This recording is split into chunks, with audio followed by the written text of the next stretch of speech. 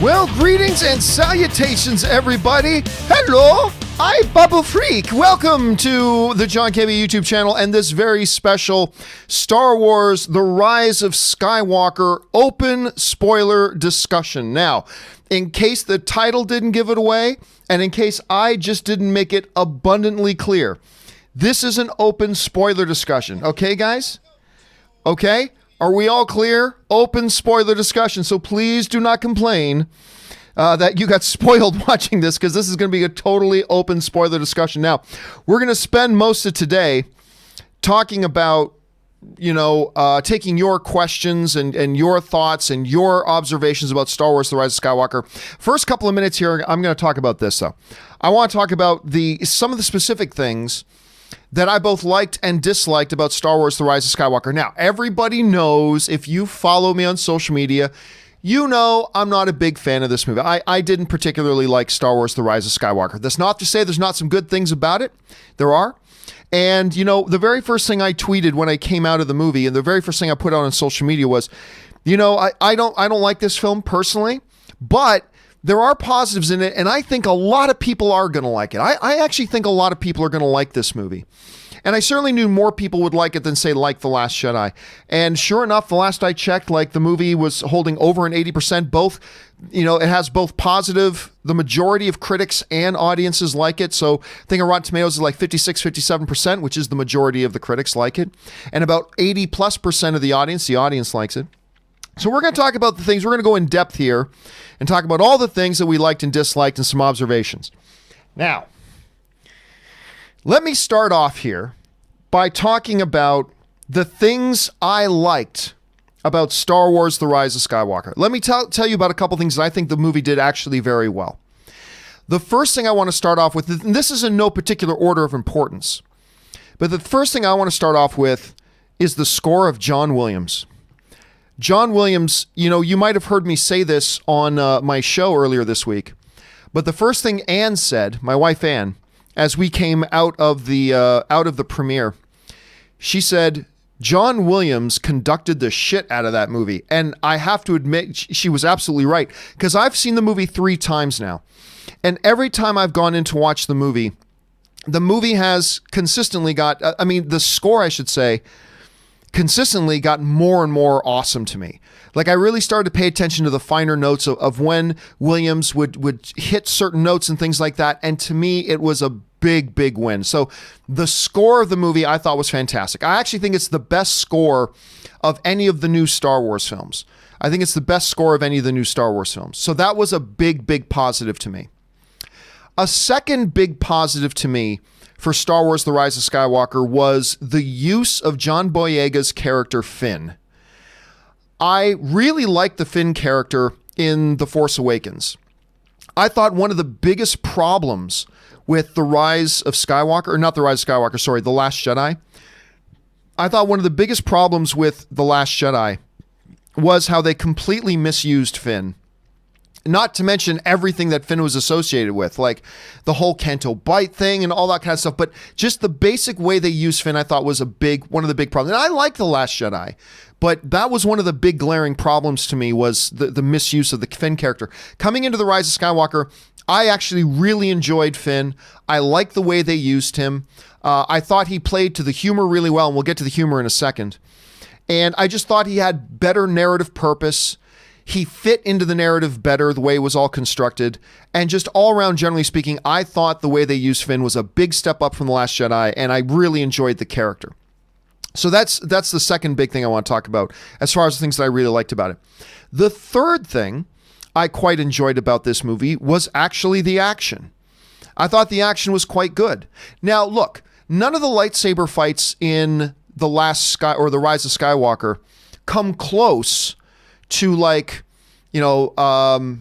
Qui-Gon and Obi-Wan versus Darth Maul. None of them come close to that. But they were good, solid lightsaber fights. We had multiples of them throughout the movie.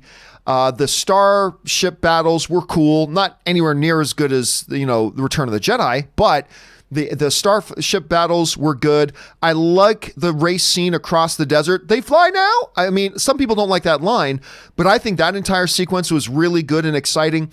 So I thought they captured the action in the film really quite well, probably better than any of the other of the two trilogy sequels, the two trilogy sequels we've had so far, The Force Awakens and The Last Jedi.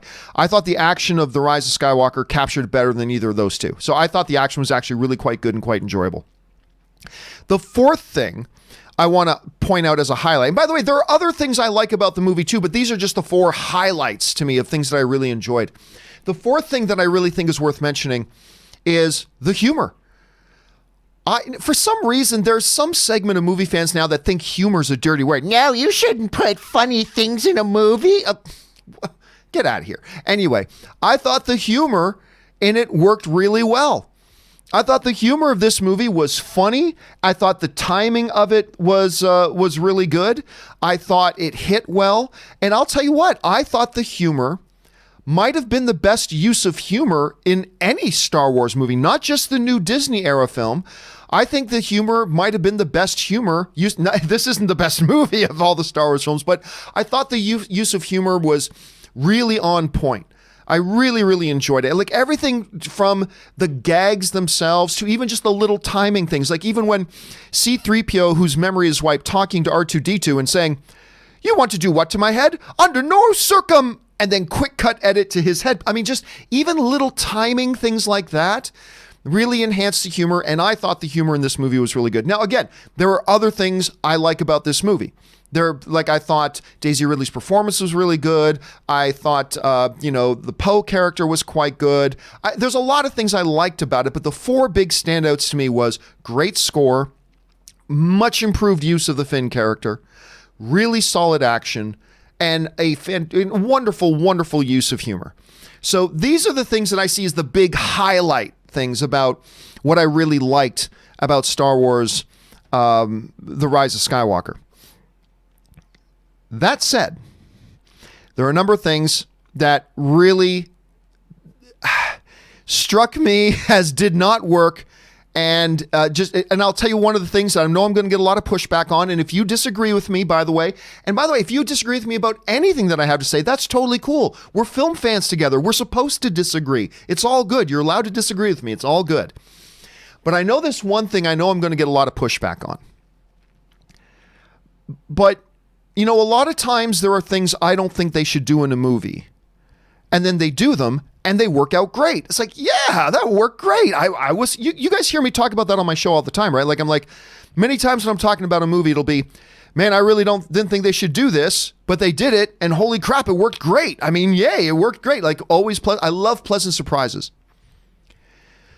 One of my worries about The Rise of Skywalker was the whole notion of using recycled old footage of Carrie Fisher from another movie that was telling a totally different story and then trying to shoehorn it in and force it, no pun intended, force it into a new movie and make the scenes somehow work. I've always been pessimistic about that, but they made the decision to do it. I'm like, okay, let's watch it.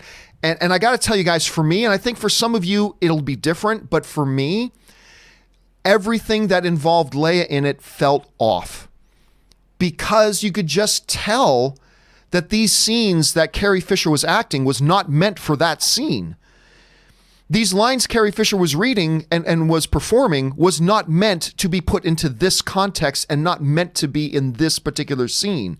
And, they made the decision to, instead of make the scenes and then write the characters to fit the scenes, they just said, well, this is what footage we have of Leia, so let's build a scene around that. And you could tell, and at every single scene, I'm not going to say every single one. There was one or two that felt good. But the majority of the scenes that Leia was in, it felt off. And it's because Carrie Fisher was reciting lines and giving a performance that wasn't meant for those scenes. They were meant for other scenes.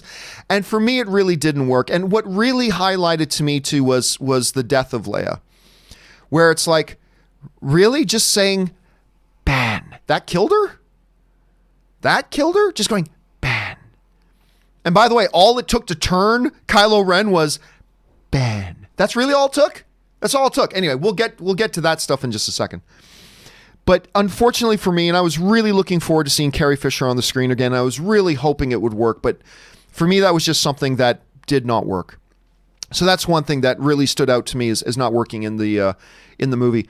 Another thing is you might as well rename this movie Star Wars: The Rise of Convenient Circumstances. Star Wars: The Rise of Convenient Circumstances is kind of what you could have named this movie. And you know what? Having an odd convenient circumstance here or there is understandable, and a lot of movies do that. Hell, look at Avengers Endgame, right? If a rat didn't sneak into Scott's van and accidentally hit that button to bring Scott out of the quantum realm, who knows? That movie might have been totally different, right? Convenience. But The Rise of Skywalker took convenience to a whole new level. And I don't know how many of you guys follow me on Twitter, but on Twitter last night, I got on my Twitter last night because this came up in a conversation I was having with somebody, and I put up this. So you guys, this is exactly what I wrote. I said, Rise of Skywalker logic. The Mandalorian parks his ship in a low valley, so it's kind of hidden, in the middle of a desert, is gone for one day, and he returns to find it stripped for parts. Meanwhile, the Jedi Hunter in Star Wars: The Rise of Skywalker parks his ship on a big high rock where everybody can see it for miles around, and it's been parked there for over a decade, unlocked, totally fueled up, and the heroes just stumble upon it and it's ready to go. I mean, come on. I remember being in the premiere, and I like literally in the premiere, I leaned back in my seat and go, oh my God. Like I actually said that verbally and out loud. I was like, oh my God, seriously? Okay. So then some people try to tell me, well, John, there weren't any Jawas on that planet. Oh, I'm sorry. Are Jawas the only scavengers and criminals and like hoodlums in the galaxy? Is that what you're saying? Well, John, it was called the Forbidden Valley. Oh, I'm sorry. It was a 5-minute drive outside of a major village. You're telling me nobody in over a decade stumbled across this unlocked, fueled up spaceship sitting on top of a big rock where everybody can see it, and it just happens to be ready to go just like that. Anyway, other things of convenience. Much like the rat in Avengers Endgame, we have to go to this place where Master Skywalker, his trail ran cold. He couldn't figure it out. Master Skywalker came here and he couldn't figure it out. So how do they figure it out? It is a triple header convenience. Follow me here. Triple header convenience. Convenience number 1. Oh, when their skiff exploded from the flying stormtroopers shooting their skiffs, they all just happened to land in the marble quicksand. Oh no, we all landed in the exact right spot for the marble quicksand. Oh no, what are we going to do? And they all, of course, sink down to the bottom. Of course, that's convenience number 1. Convenience number 2, to amplify the convenience of it, while stumbling around in a dark underground cave that was surprisingly well lit. In a dark underground cave, BB-8 stumbles across this dagger buried in the sand. There's tons of scrap metal everywhere, but BB-8 and Rey stumble across this all-important MacGuffin, this all-important dagger. So convenience number 1, their skiffs exploded and they just happened to land in just the right quicksand. Boom. Convenience number 2. While stumbling around in the dark, we can't even see where we are. We have no idea where we are. There's a buried dagger in the sand, and they stumble across this all-important artifact totally by accident, by fluke. Okay, so that's the double header of convenience in the situation. And then convenience number 3. Oh no, well, we're down in this tunnel now, and we've stumbled across magically this dagger, but now we have no way out. We're trapped down here. Just like the Jedi Hunter was trapped down here and couldn't get out. Oh no. What happens? No problem. The giant snake, when he turns around, he accidentally bumps the wall and blows the wall open for them to just walk out. Convenience number 3. So they pulled a convenience triple header all in one sequence. Oh, we fell in just the right quicksand. Oh, we tripped over the magical dagger. Oh, look, thank goodness that the snake, while turning around, blew the wall open and we're able to just walk out to our ever-convenient spaceship that's sitting on top of a rock that nobody has touched in over a decade and flies just like that. Yeah. But as you go through Star Wars, The Rise of Skywalker, you are just consistently peppered with these issues of convenient circumstances. It was all constantly being built on convenient circumstances. And by the way, speaking of the dagger, it's like, oh no, it'll take us years to search the wreckage of the old Death Star. Whatever shall we do? And Rey just thinks to, oh, look at this. There's this navigation tool inside the blade. Are you telling me that in the decades since that thing has fallen? And by the way, that measurement tool that she used to figure out where the thing was going to be, that only works if she happens to be standing on the exact right spot to hold up the measurement tool to see if she can get it.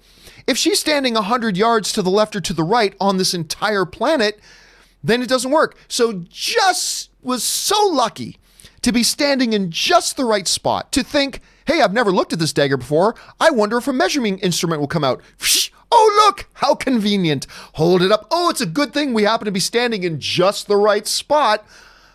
And again, I literally physically flailed myself back in my seat at the premiere going, oh my God. Like I get it. Convenient circumstances play a role in a lot of movies to help push the narrative along. I get that. But they just constantly over and over and over again went back. I'm not even going to talk about most of them, but it was just like totally ridiculous. 1 in a billion circumstance, then another totally, act of convenience set of circumstances, and totally number again acts of convenience circumstances, on and on and on and on. So number one, the thing that I really didn't like the way the Leia thing worked out. Number two, the rise of conveniences. Like the whole movie is predicated act by act on massively unlikely conveniences. That is just nutty. Anyway, so then we move on. Let's talk about how the Force gets used. I didn't mind, say, like when you get into The Last Jedi, and in a movie they decide to reveal a new use of the Force, right? The projection stuff. I didn't mind that. I actually thought that was kind of neat.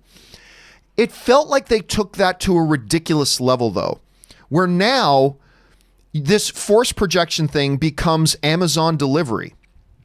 What is that? You ordered a lightsaber with Amazon Prime? No problem. Whoa, now I got one. I mean, they just took that too far. I didn't mind the healing thing. And the healing thing, by the way, is the only real direct connection that we have with Mandalorian and this, because Baby Yoda's got that healing power too. So I didn't mind that so much, really. The bringing somebody back from the dead, though, I'm sorry, time out. Palpatine spent a century trying to unravel the secrets that Plagueis had to cheat death. All right? Rey's dead. Kylo just sits there, crosses his legs, puts his hand on her, gonna bring you back from the dead. Really? Just like that? Just like that. I didn't mind the idea of him sacrificing himself to bring her back, but it's just the mechanism of it. It's like the Dark Lord of the Sith for a century was trying to find that secret, how to cheat death, bring somebody back from the dead. And he was just like, I've never tried this before. But put his hand on her midsection. You knew he wanted to grab her boob, but he didn't. He was a gentleman. He put his hand on her midriff. Classy of him. And just come back to life. And she'd come back to life. I'm like, and again, I flailed back in my seat in the premiere. Come on. Let's talk about Palpatine for a second. This movie stands in complete contradiction to everything that Palpatine has ever been about in all of the Star Wars saga. Palpatine's big mission and big goal was to discover, and as you get into the novels as well, the canon novels as well, he is obsessed with living forever. That's been the whole thing about Palpatine. He is obsessed with unlocking the secrets of immortality so that he can live forever. That's the whole thing about Palpatine. If you've read all the canon novels and all that kind of stuff, that is a constant about him. His whole life's work, even the whole point of him taking over the galaxy, was just as a means to the end of unlocking those secrets and discovering the path to immortality. Then what does this movie say? I want you to kill me, yay, so you can be the new Empress. That is not what Palpatine does. That is completely in contradiction to everything Palpatine had ever worked for. It is in direct contradiction to everything Palpatine has always been about. And now he's just worried about the continuation of the lineage of the Sith throne. It's never been his concern. That's never been what he's been worried about. And by the way, if he's saying that, all the Sith transfer to the new emperor all the time, the Sith always transfers to the new person having the throne. Well, guess what? Those Sith didn't have kids. So he didn't need a direct descendant, a bloodline descendant, and we'll get to the bloodline thing in a second. He didn't need a direct bloodline descendant in order to pass on the Sith from him and the spirit of all the Sith into the new emperor or empress. He didn't need a bloodline person to do that. He could have done that with any Sith. He could have done that with Vader, but he didn't because that was never what he wanted. He wanted to live forever. And all of a sudden his plan changed to, I want you to strike me down so you can become Empress. Okay. And it just, that's it. That sat badly with me. And then convenience of circumstance. Oh, look, I didn't know I could suck life out of you to regenerate myself like some sort of, what is it in Harry Potter? What are the floating ghost things? Like I just had the name of them in my head there. I just had it for a second. If you guys remember what it is, what is the name of those nightmarish creatures that suck the life out of you? Come on, guys, write it into the comments section. Anyway, so so all of a sudden he's able to like suck life out of them. It's like, ooh, I didn't even know I could do that. Total change of plan, everybody. Dementors. Thank you, Darren Bateman, who's the first one to write that in. Dementors, thank you. Prison Mike. Yeah, at prison at night, the Dementors would come out. What? Anyway, kudos to you if you knew that reference. All of a sudden, he's like, the complete motivation of the villain changed like that. Oh, wait, what? I can suck life out of you and restore myself? Damn, it's a good thing Kylo Ren showed up. Anyway, so all of a sudden, his complete plan changes. The whole plan has been about getting Rey there so he could get her to strike him down, which is complete contradiction to everything that Palpatine has always been about. And now it's all of a sudden, oh, look, lucky me. I learned I can suck the life out of you guys. Yay, I'm going to do that instead, okay, everybody? And by the way, somebody else on Twitter, I can't take credit for this. Somebody else on Twitter pointed this out, and I went, oh my God, yes. Somebody on Twitter wrote this: Palpatine's plan would have worked if he didn't tell his plan to Rey. Right? If he just let Rey continue to be pissed off at him and go, yeah, Rey, you can't take me down. I'm too tough for you. Then Rey would have went, and then struck him down. And then his plan works. He transfers his spirit into her. All the Sith now live in her, blah, blah, blah. But he was stupid and told her the plan. You see, Rey, I want you to strike me down. And then he narrates the whole thing. She shall walk towards me. She will draw her weapon. She'll take a deep breath. She'll draw the hair back behind her ear. She'll take yet another step towards me. I'm like, come on. I get it. In some movies, the villains narrate, but this was taking it to a whole new level. And by the way, speaking that entire Sith setup in there, they had a football stadium of 100,000 Sith. Were they just sitting around there all day waiting for Rey to show up? so they can watch the game with popcorn and beer? Is that what was going on? Anyway. So they do all that. And I just thought, come on. And you got to understand, Anne, her favorite character in the world is Palpatine. That's her favorite character. She was so pissed. But, okay, anyway, so. And by the way, he said, if she kills me, my spirit transfers to her. What happens? She killed him. His spirit didn't go anywhere. Anyway, so it's just a lot of that through the movie. Oh, and by the way, there was one other time that my head flopped back in the chair and went whatever. So this whole movie takes place in 16 hours, right? The entire movie takes place in one 16-hour time frame. Somebody needs to tell JJ, who I love, and I thought did an awesome job with The Force Awakens. I love JJ for doing The Force Awakens because I love that movie and I love what he did with it. But it's again convenience. Star Wars canon says in hyperspace, to get from like the outer rim, to get from the outer territories and from the unknown regions to the core systems can take over a week. I can't remember the exact, I've got it in the books here, but it can take a week just to get there, let alone to turn around and go back. Right? Lando Calrissian, who is charming, who is very charming. By the way, it was great to see Billy D. Williams back as Lando, by the way. And I actually liked the way they used Lando in the movie, except for this one thing.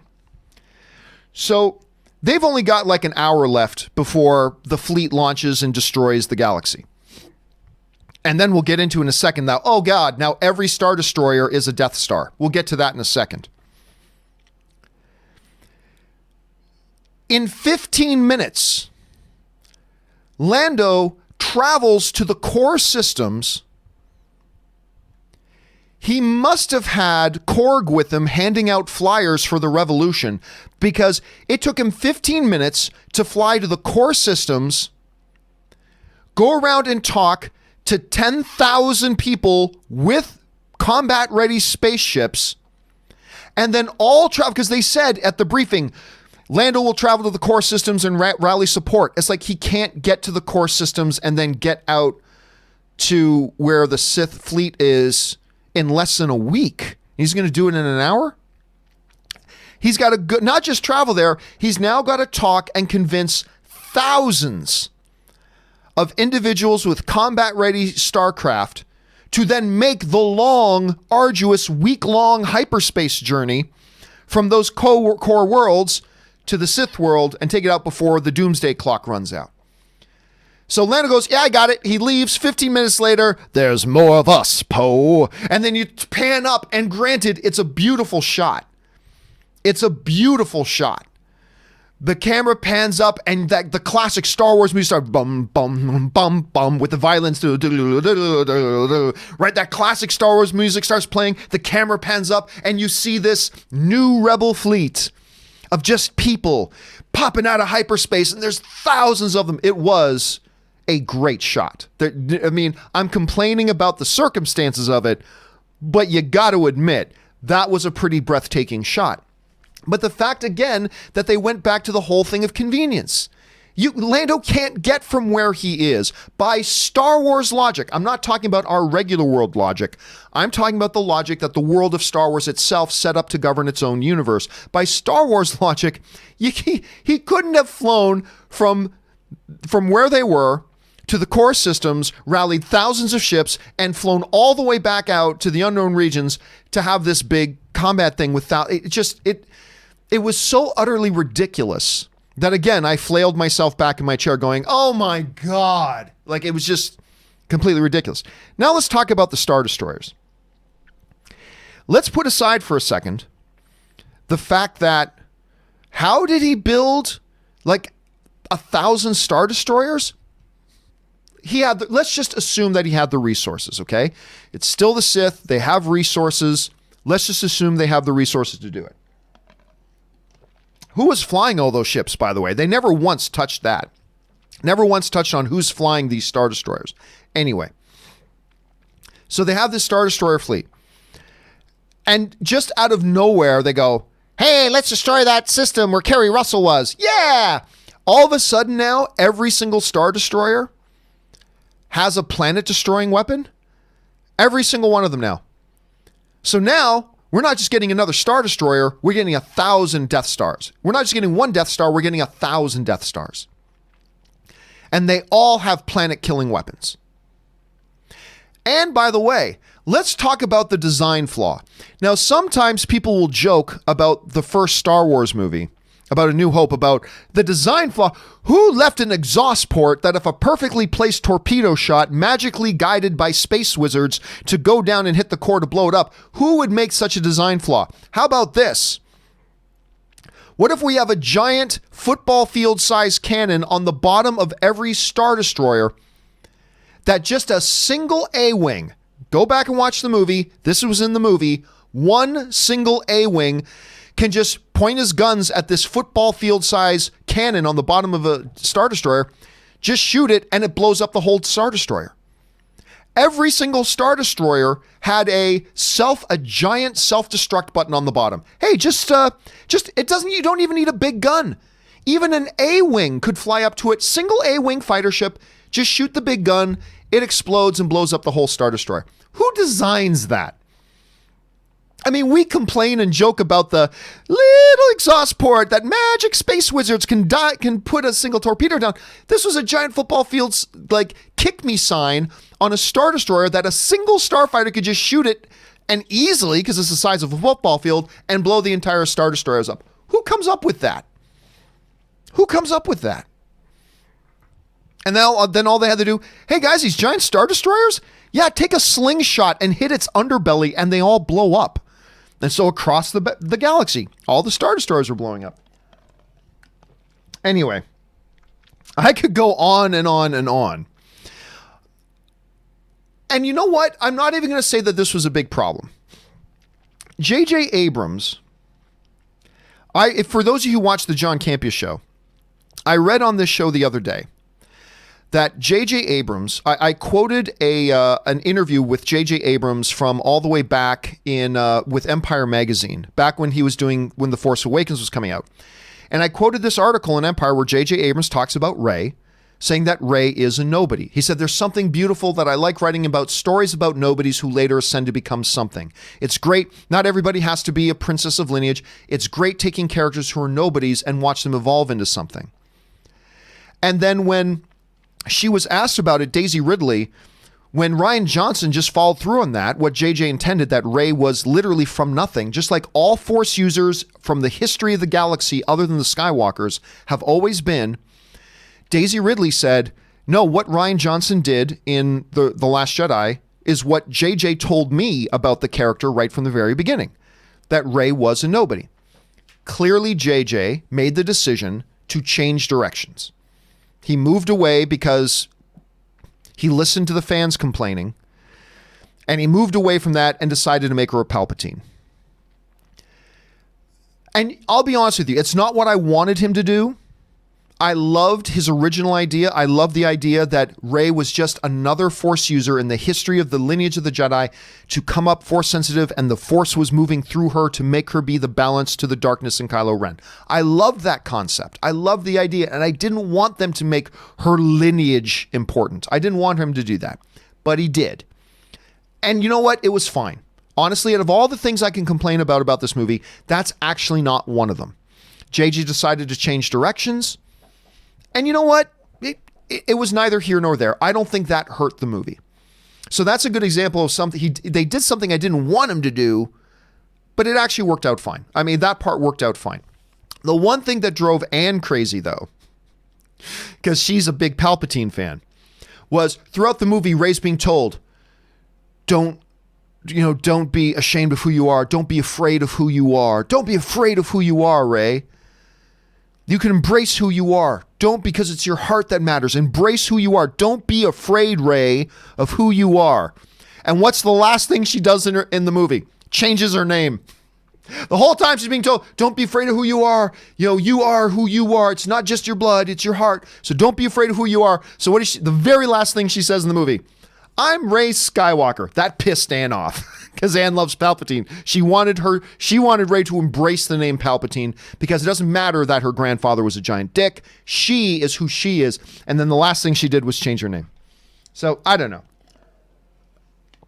The narrative, the pacing, the conveniences, it's just a lot of it didn't work for me. Now, again, for those of you joining us a little bit late and weren't here at the beginning, and think I'm doing nothing but complaining about all this stuff, there were several things about this movie I really liked. Recap: Finn, the use of Finn I thought was great. The humor was some of the best humor in any Star Wars movie. The action was solid. The John Williams score was impeccable, and a number of other good things as well. So now listen, I'm sure there's probably 100 other things I could think of, but it is time for us now, guys, to go to your comments and questions. And that's going to be the majority of the rest of our day here, is taking your guys' thoughts and questions. So let's dive right into it and see what you guys have to say about all this. And we're going to get things started off here with Cameron, who writes in, I feel like it should have been 2 movies. This would give us more time with each of the reveals, like Rey's lineage, so we as the audience can better invest and feel the weight of the moments before spitting on to the next plot point. I don't know, Cameron. I don't know that the answer is always more time. Sometimes it is. But I don't know that the answer is always more time. I think it could have been handled better within the time frame that they had. I mean, I think you could make an argument that maybe they should have stretched this movie a little bit, like maybe made it 2 hours and 45 or something along, added an extra 15 minutes or so. That probably would have helped. I don't know if this needed to be 2 movies, though. It's an interesting thought, though, because you're right, it does give more digestive period, but it also would have added a lot of slow pacing to it.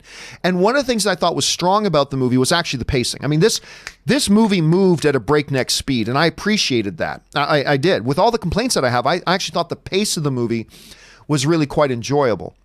So I don't know if maybe 15 extra minutes. I'm not sure I agree about another entire movie, but I know for a fact, Cameron, you're not alone in thinking that, because I've heard other people say the same thing. All right, Superman Steve writes, John, I absolutely hated that they didn't explain how Palpatine came back to life, but I couldn't get enough of Babu Freak. Hey, I thought Babu Freak was great.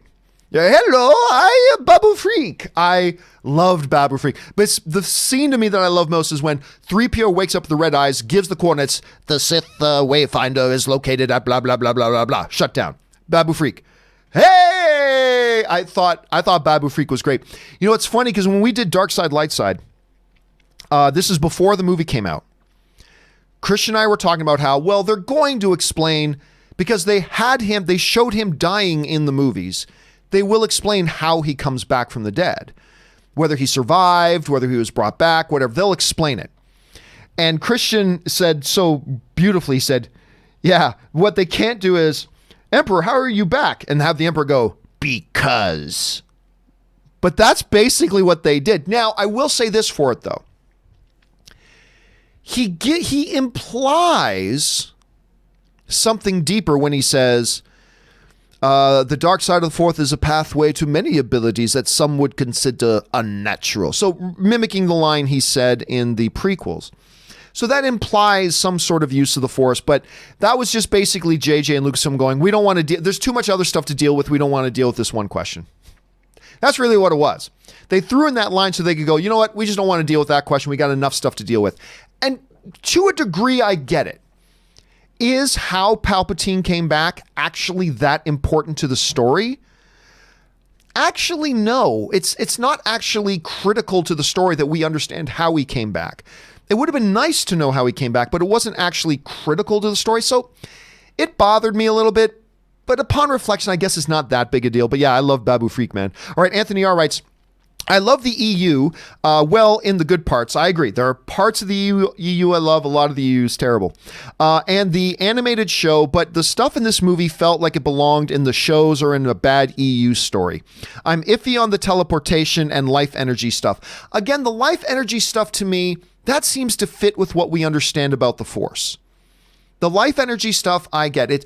It creates life. It binds the universe together between you, me, the rock, even the ship, all that kind of stuff.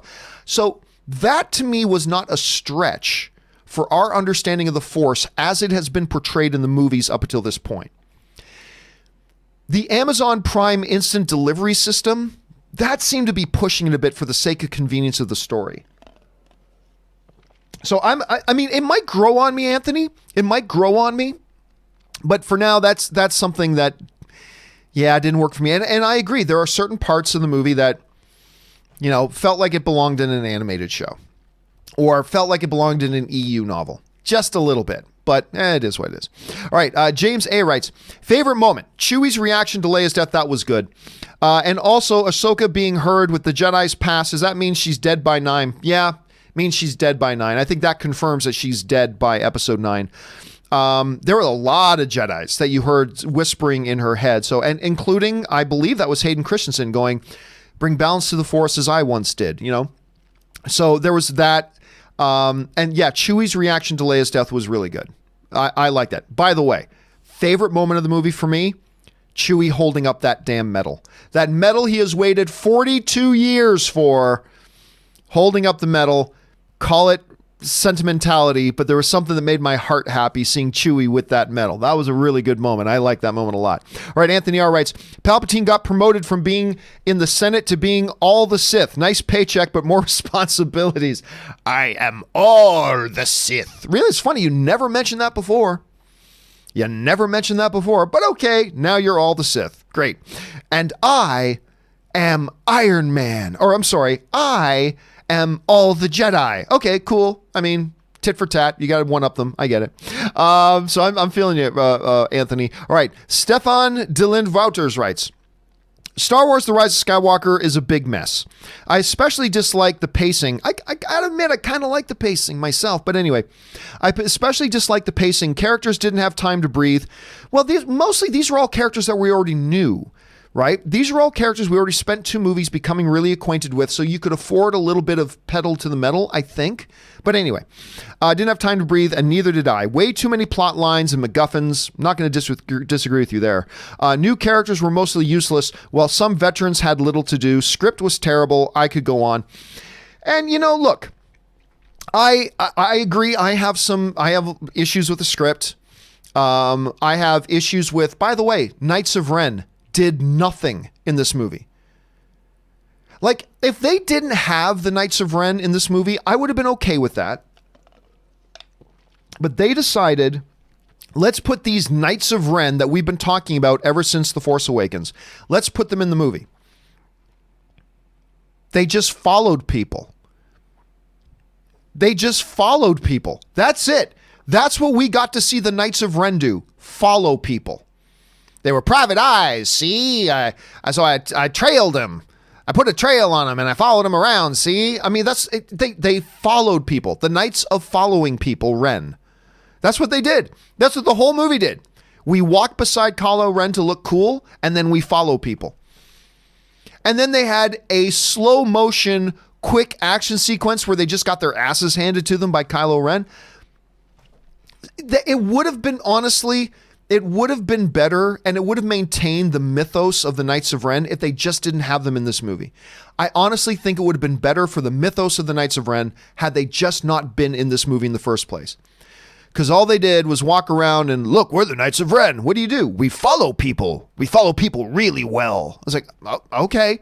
They should have probably just left them out. So that's me. All right, Thomas Patterson writes, I love that Rey is a Palpatine, and The Rise of Skywalker provides a thematic end to the saga by making family more than blood, and Rey is a Skywalker in spirit. And storytelling end that makes Anakin's sacrifice the catalyst for the sequel trilogy and ultimate victory. Well, here's the thing. I never thought Anakin's legacy was ever in trouble. Like, there kept being people saying, with Palpatine being back, it undoes what Anakin did in Return of the Jedi. And I kept trying to tell him, no, it doesn't. No, it doesn't. He brought balance back to the Force. He ended the rule of the Empire throughout the galaxy and brought about decades of peace and justice in the galaxy. Just because it wasn't forever and ever and ever, amen, doesn't mean what he did was in vain or for nothing. He fulfilled the prophecy about the one to bring balance to the Force. He fulfilled it. Just because many decades later, evil rises up again that new heroes have to face and challenge, that never undid what Anakin did in The Return of the Jedi at all by the slightest monochrome. Not in the least.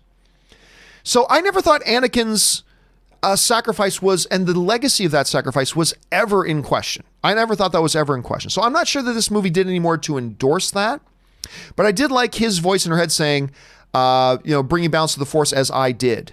So he did it. They're just reinforcing that he did do that. So I get that. And listen, the showing ties, family is more than blood. I agree with you, Thomas. I think those were good themes. All right, Anthony R. writes, John Williams is great, but this trilogy had the weakest score. More nostalgic themes in this movie instead of new ones. If this trilogy had been more material to work with, music would have been more unique. Here's the thing, Anthony. Because we are so spoiled by John Williams, a soundtrack is not themes. Themes can be a part of a soundtrack, but a soundtrack is not themes, right? Soundtrack is the movie. The score is the music that inhabits each and every scene to enhance the emotions that scene is supposed to portray. Yes, John Williams did the Superman theme. Ba, ba, ba, ba, ba, ba, ba, ba. But when we see Clark in a diner, we don't play ba, ba, ba, ba, ba, ba, ba, ba. No, every scene needs music that aren't themes, but they're pieces that elevate and accentuate the emotions that the filmmakers want the audience to be feeling in that moment. And I would argue that John Williams didn't need to make any new themes for this Star Wars. There are no new themes that were really needed. What he needed was a terrific score that did what a score and what a soundtrack is supposed to do. Highlight and accentuate the emotions and feelings that an audience member is supposed to be feeling in a particular scene. And I thought John Williams, personally, I thought John Williams did a hell of a job doing that with this particular movie. So that's just my thought on that. All right, Anthony also follows up and writes, a lot of people in this movie seem to know about the Sith. I'm so glad you brought that up. Strange, given how the galaxy seems to have forgotten about Jedi. I know, right? It's like, oh, everybody forgets about Jedi, but everybody knows about the Sith, including little Kerry Russell girl. Who do you know that speaks Sith? And everybody's just talking. Everybody knows Sith. Everyone knows everything about the Sith. So I mean, you're right. That was kind of, that didn't stick out to me the first time I saw the movie, but the second time I was like, wait a minute, how come everybody knows about the Sith? Anyway, because they've been gone a hell of a lot longer than the Jedi have been. They've been gone for millennia. The Jedi have only been gone for a few decades. The Sith have been gone for millennia, and the Palpatine never revealed to the galaxy that he was Sith. But anyway, it's an good observation, Anthony. Good observation. All right, Jake writes, did they do the same thing to Harrison Ford as with Carrie Fisher? The scene was similar to The Force Awakens, and I don't think I saw Ford at all during the end credits. I'm not sure I follow you, Jake. Did they do the same thing to Harrison Ford as with Carrie Fisher? The scene was similar to The Force Awakens, and don't think I saw Ford at all during the end credits. Well, I didn't stay to watch the end credits, so I'm not sure. I'm sure Harrison Ford had to be in there at some point. But yes, I think that was on purpose. That scene, that totally useless scene of, it wasn't a ghost of Han Solo. It was just it was just Kylo Ren having a hallucination of his father. And it was replaying that scene because even Kylo Ren repeated the same line. I know what I have to do, but I don't know if I have the strength to do it. So they really hit you over the head with that this is a replay of that scene on the bridge, that inexplicably unsafe bridge that for whatever reason didn't have hand railings. Anyway, that they really hit you over the head that this is a replay of that scene, only it going differently. And don't even get me started. This whole frickin' movie, Kylo was evil, evil, evil. My power, my power. I'm going to kill this person. I decapitated the rebel spy. Remember the alien rebel spy? He decapitated, threw his head on the table. He murdered all of Rey's friends. He murdered all of the resistance in The Last Jedi. He has been killing them and killing them and killing them, and death and death and death. No struggle with the light side. Just dead, dead, dead. I'm going to kill. I'm so bad. And then in 1 second, he hears his mom. Ben. Oh, I'm a good guy now. And Rey falls in love with them. What the fuck? What the actual fuck? All Rey has ever seen Kylo Ren do is murder people. That's all she's ever. They never went out on a nice date on a Saturday night and watched him pick up a puppy and pet a stray puppy and go, oh, wow, he's really got a good heart. No, she watched him murder Han. She watched him murder all of the resistance as they were trying to escape down to Crete, and he's destroying them all. She watched him try to kill his own mother by ordering the assault on the base at Crete, trying to wipe everybody out, constantly on the run from them. She's seen him try to kill her and blah, blah, blah. But, oh, I love you. I saw you once in that Force vision shirtless, and man, what big pecs you have, Kylo Ben. But she's in love with him. Fuck that. That was stupid. I'm sorry. I know there are a lot of people that ship the whole Kylo thing, the whole Reylo thing, or whatever they're calling it, Kyray, whatever the stupid. I don't give a fuck. All right. I don't give a fuck what you call it because it's stupid. It's stupid.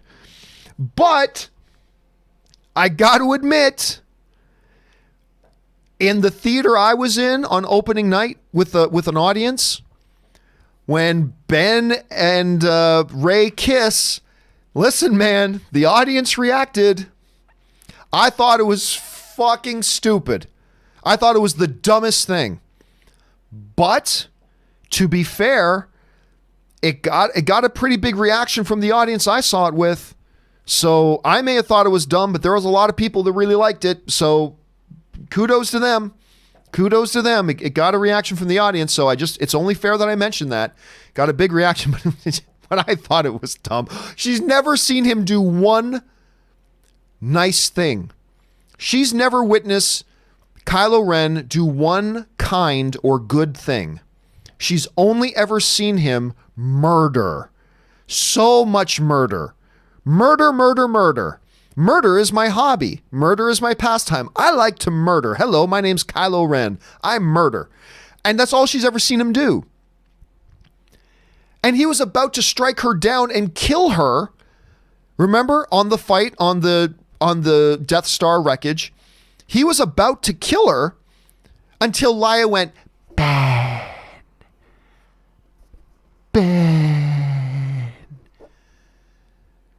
Distracted him. She stabs him and is like, oh, no, I'm in love with you. He was about to kill you. Anyway, I could go off on that for a while. But again, a lot of people liked it. So who am I to say? Who am I to say? A lot of people liked it.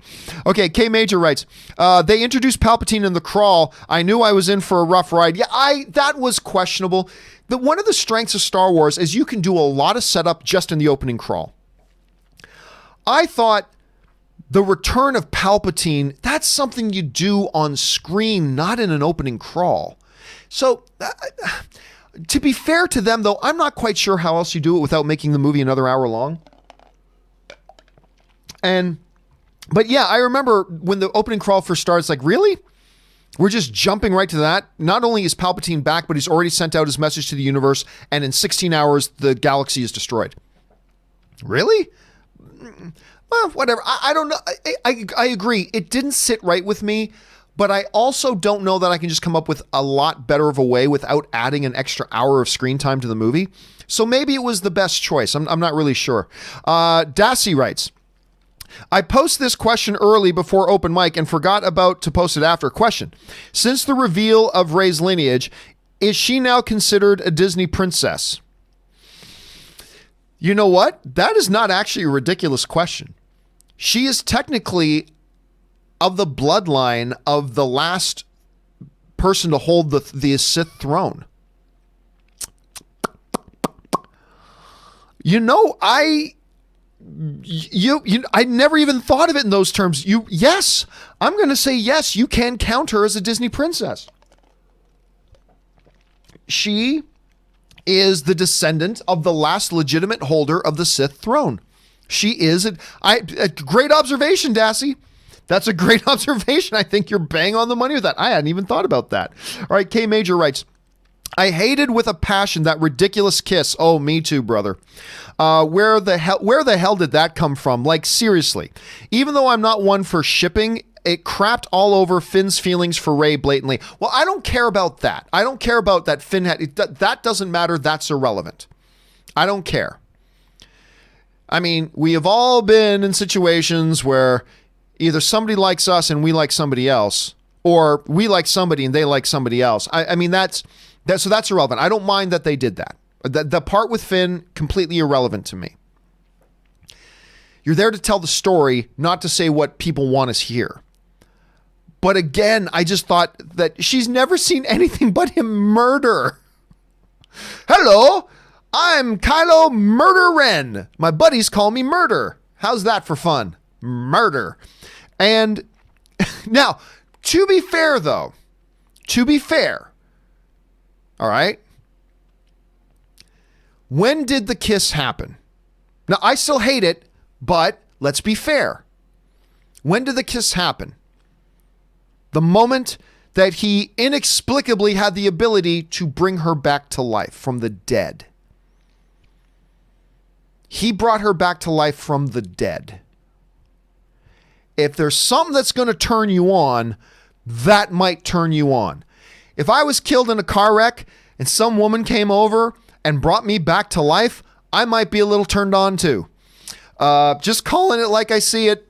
To be fair, it's still stupid. It's still dumb. But if I'm going to be fair, bringing you back from the dead will make you a little horny, I think. I'll give them that. It's still the stupidest thing ever. That, oh, look, all I had to do is put my hand on a dead person. I can bring him back to life. It was still dumb. But to be fair, he did just bring her back from the dead. So it's still dumb, but take it in consideration. Lawrence Reed writes, did it seem to you that they edited out a scene where the Falcon crash landed? It was unnecessary. Because remember, just before they cut back to Endor and we see the Falcon had crash landed, remember, Chewie says to Poe in the cockpit, what do you mean the landing gear is damaged? Right? So showing the Falcon piloting in, careening in, and then crashing into the ground and like having to do a crash landing without landing gear, it wasn't necessary because they already explained that in the cockpit. So like if it was just out of nowhere that for some unexplained reason the Falcon crashed, that would have been a problem. But they already addressed it before it happened by having Chewie tell Poe the landing gear is damaged. So it made that kind of a little bit unnecessary. Lawrence Reed writes, does the Force have no rules or limits anymore? I know. To me, that is lazy storytelling. It goes so far beyond. Like, I don't mind an odd new ability, but it just felt like they really pushed it too much. And to me, that gets lazy. Like, I don't know how to make this happen here. Let's just make up a Force ability to do it. Okay. Yeah, I agree. K Major writes, Rey is a Palpatine. Screw that, man. She was a nobody. That's how it should have stayed. And again, it's been documented. That was always JJ's intention. JJ's intention, it's documented. This isn't a matter of opinion. It's documented, was that she was supposed to be a nobody. They clearly changed their minds. But hey, listen, keep in mind, and to be fair, it was never George Lucas's intention that Luke and Leia were brother and sister. That wasn't his intention. That's something he came up with in between movies. So filmmakers are allowed to change directions. So JJ, even though he always intended for her to be a nobody, and he communicated very clearly that she was a nobody, in between movies, he decided they needed to change directions. And let's not pretend that's never been done before. George Lucas himself did that with the Luke and Leia brother and sister relationship, which was never the plan. That was never the plan. Then he came up with the idea, implemented it, and it worked out great. Now it's part of Star Wars lore. So yeah, I don't think JJ should have changed directions on that. But again, I don't think it's an overwhelmingly negative to the film. I would have preferred she stay a nobody, but he went in a different direction, and I'm fine with it. It's fine. It worked. I have no complaints about it. I'm just saying I would have preferred it to stay the other way, but it's okay. K Major also writes, so we just boring scenes from Endgame. Cap on your left, and I am Iron Man. I rolled my eyes. Well, I mean, let's be fair here, though, K Major. To be fair, it's not like Endgame was the first time a hero dramatically says, "And I am whoever they're identifying as." That's been in movies forever. So let's not pretend that Endgame came up with that. And some hero racing in to aid another hero. Like, that's new, right? That's more of a story. Like Lando showing up, I'll get there faster, right? That's more reminiscent of like the original Star Wars with Vader honing in on Luke, and then out of nowhere comes Han and blows Vader out of the fight. Now let's blow this thing, kid, and go home, right? So that's really more tuned to that. So let's not pretend that those are Endgame things that Endgame came up with. So let's be fair. Let's be fair. All right, Ryan Fenley writes, is it just me, or did JJ totally reveal Finn to be force sensitive? I mean, he can sense what ship are main canon. He can sense what ship are the main canon, and he senses Rey's death. Would have loved to see him use the Force some way, as I love John Boyega and what he has done with the character. Well, remember, he didn't sense which was the main ship. It was a command. There are different types of Star Destroyers, and that one that General Price was on was a command ship. You could tell that. It looks differently. And him having once been in the First Order, he can identify that. So that wasn't a Force thing. However, you're not wrong, man. I mean, they did kind of imply at certain points in this movie that there was Force sensitivity. There are things he could sense. A feeling, he would call it. And then when Rey died, it hit him. He felt it, just like Leia felt the death of Han. Right? So I don't think you're wrong in the least, man. I think that is something they definitely implied in the film. I absolutely they implied it. Whether they're going to go anywhere with that later on, who knows? It won't be on Disney Plus because John Boyega, I don't do Disney Plus. You don't Disney Plus me. I'm a feature film guy. Okay, John. Anyway, so I agree, man. All right, Anthony writes, well, looks like the leaks were real, at least 98% of them. I read all this stuff about 4 months ago. Disney slipped up, or was it intentional? Listen, no. About 40% of it was real. There are lots of supposed leaks that I read that were not involved in this movie at all. A bunch of them, but you got to remember too, we live in an era where I don't have my phone here with me, but let's pretend again that this remote control is a cell phone. We work in an era today where thousands of people work on a movie and they all have global telecommunication devices, audiovisual devices in their pockets. It's not surprising to me that leaks get out. It's surprising to me that more leaks don't get out more regularly. But a lot of the leaks out there were total bullshit. But there were also the accurate ones got out too. And again, it's not all that surprising when you consider how many people work on a movie and actually touch a movie on its journey from script writing to when it gets on the screen. I'm actually more surprised more leaks don't happen. K Major writes, what was the point of erasing C-3PO's memory if Rey was going to lead the way to Palpatine anyway? It was unnecessary. Well, no, that's not true. Because look at how Rey got there, right? Look at how Rey got there. If Rey, this is what we call a narrative domino effect, where one thing falls, but it can lead to the trigger of another event.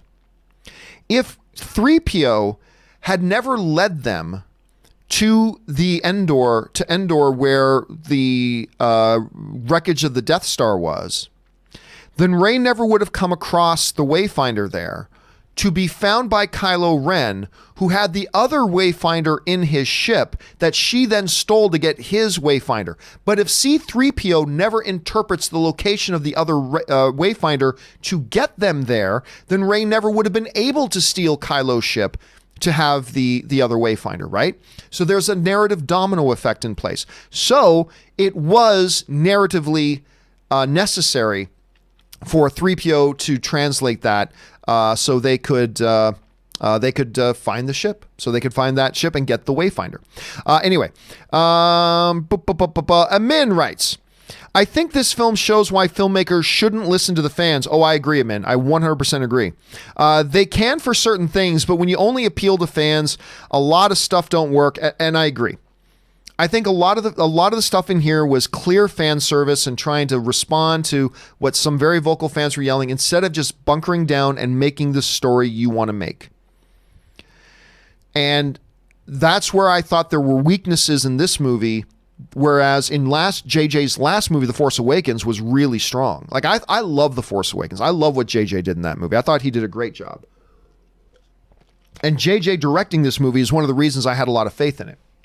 Now, I don't think that, don't misinterpret me, I don't think The Rise of Skywalker is some unmitigated disaster. I think there's a lot of good things about it. I've already repeated a lot of things I thought were good about it, but overall, I wasn't there. Amin also writes, if the story was still the same, but they had planned it out better across the whole trilogy, I think we would have gotten something special.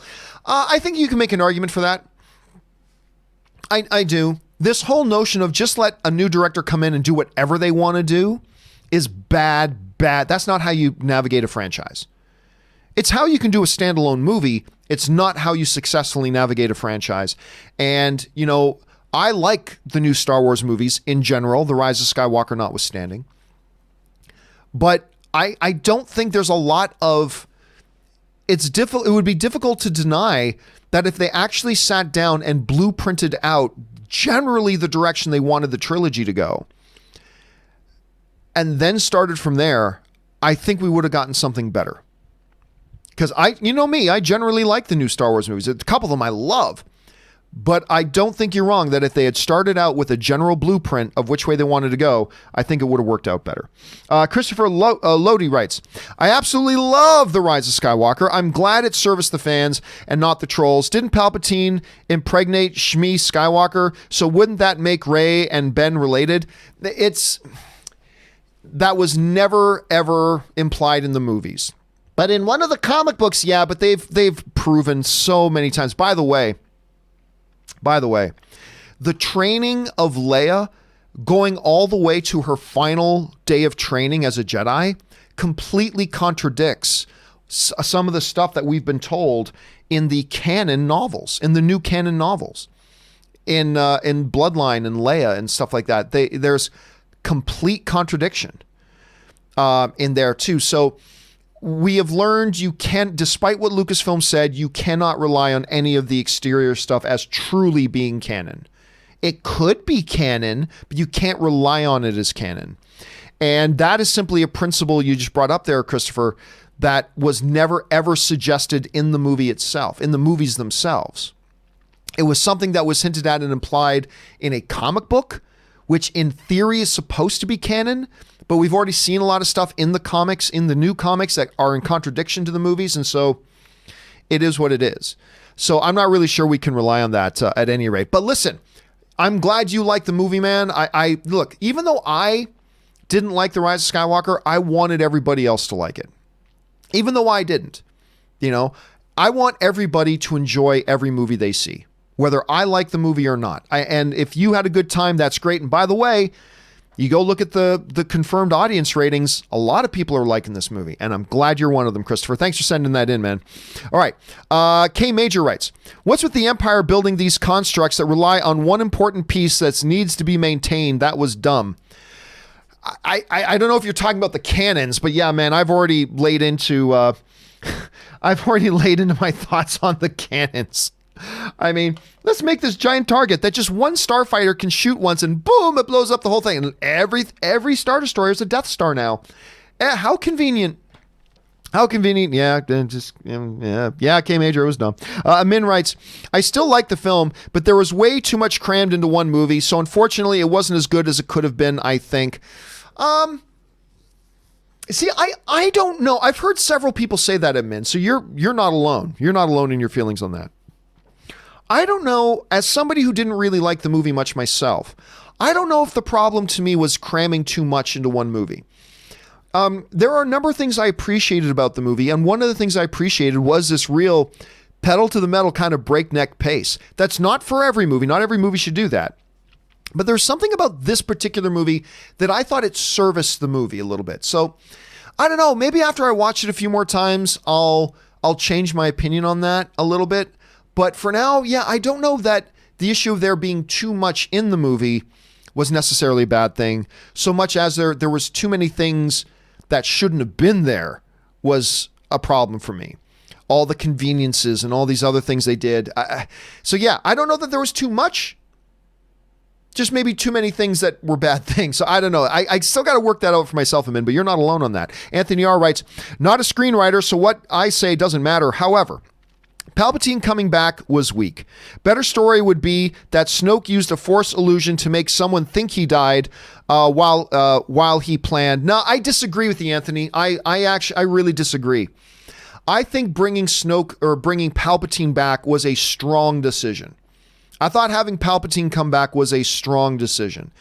And his character's presence kind of ties all three trilogies together in a way. And I like that. I thought just doing another fake death with Snoke would have been weak. Because like Snoke was never meant to be an all-important character, I don't think. Anyway. So I'm going to disagree with you on that. Although, like I said to Amin, I know you're not alone in that theory because I've heard other people, Anthony, express the same thought. So you're certainly not alone in that thought. I just personally disagree. I think in principle, bringing the Emperor back was a great decision. How they did it and how they used him, I may have some problems with, but in principle, the notion of just bringing him back to be the overarching villain who has been pulling the strings, I think that was a good decision. It just needed to be executed better, I thought. But the choice in and of itself, I thought was okay. But that's just me. You may not be wrong, though, Anthony, because like I said, there are other people who agree with you on that. K. Major writes, the Leia scenes felt very jarring and robotic. I agree. They should have recast. I thought so from the beginning. I 100% agree. Or they shouldn't have had her in the movie.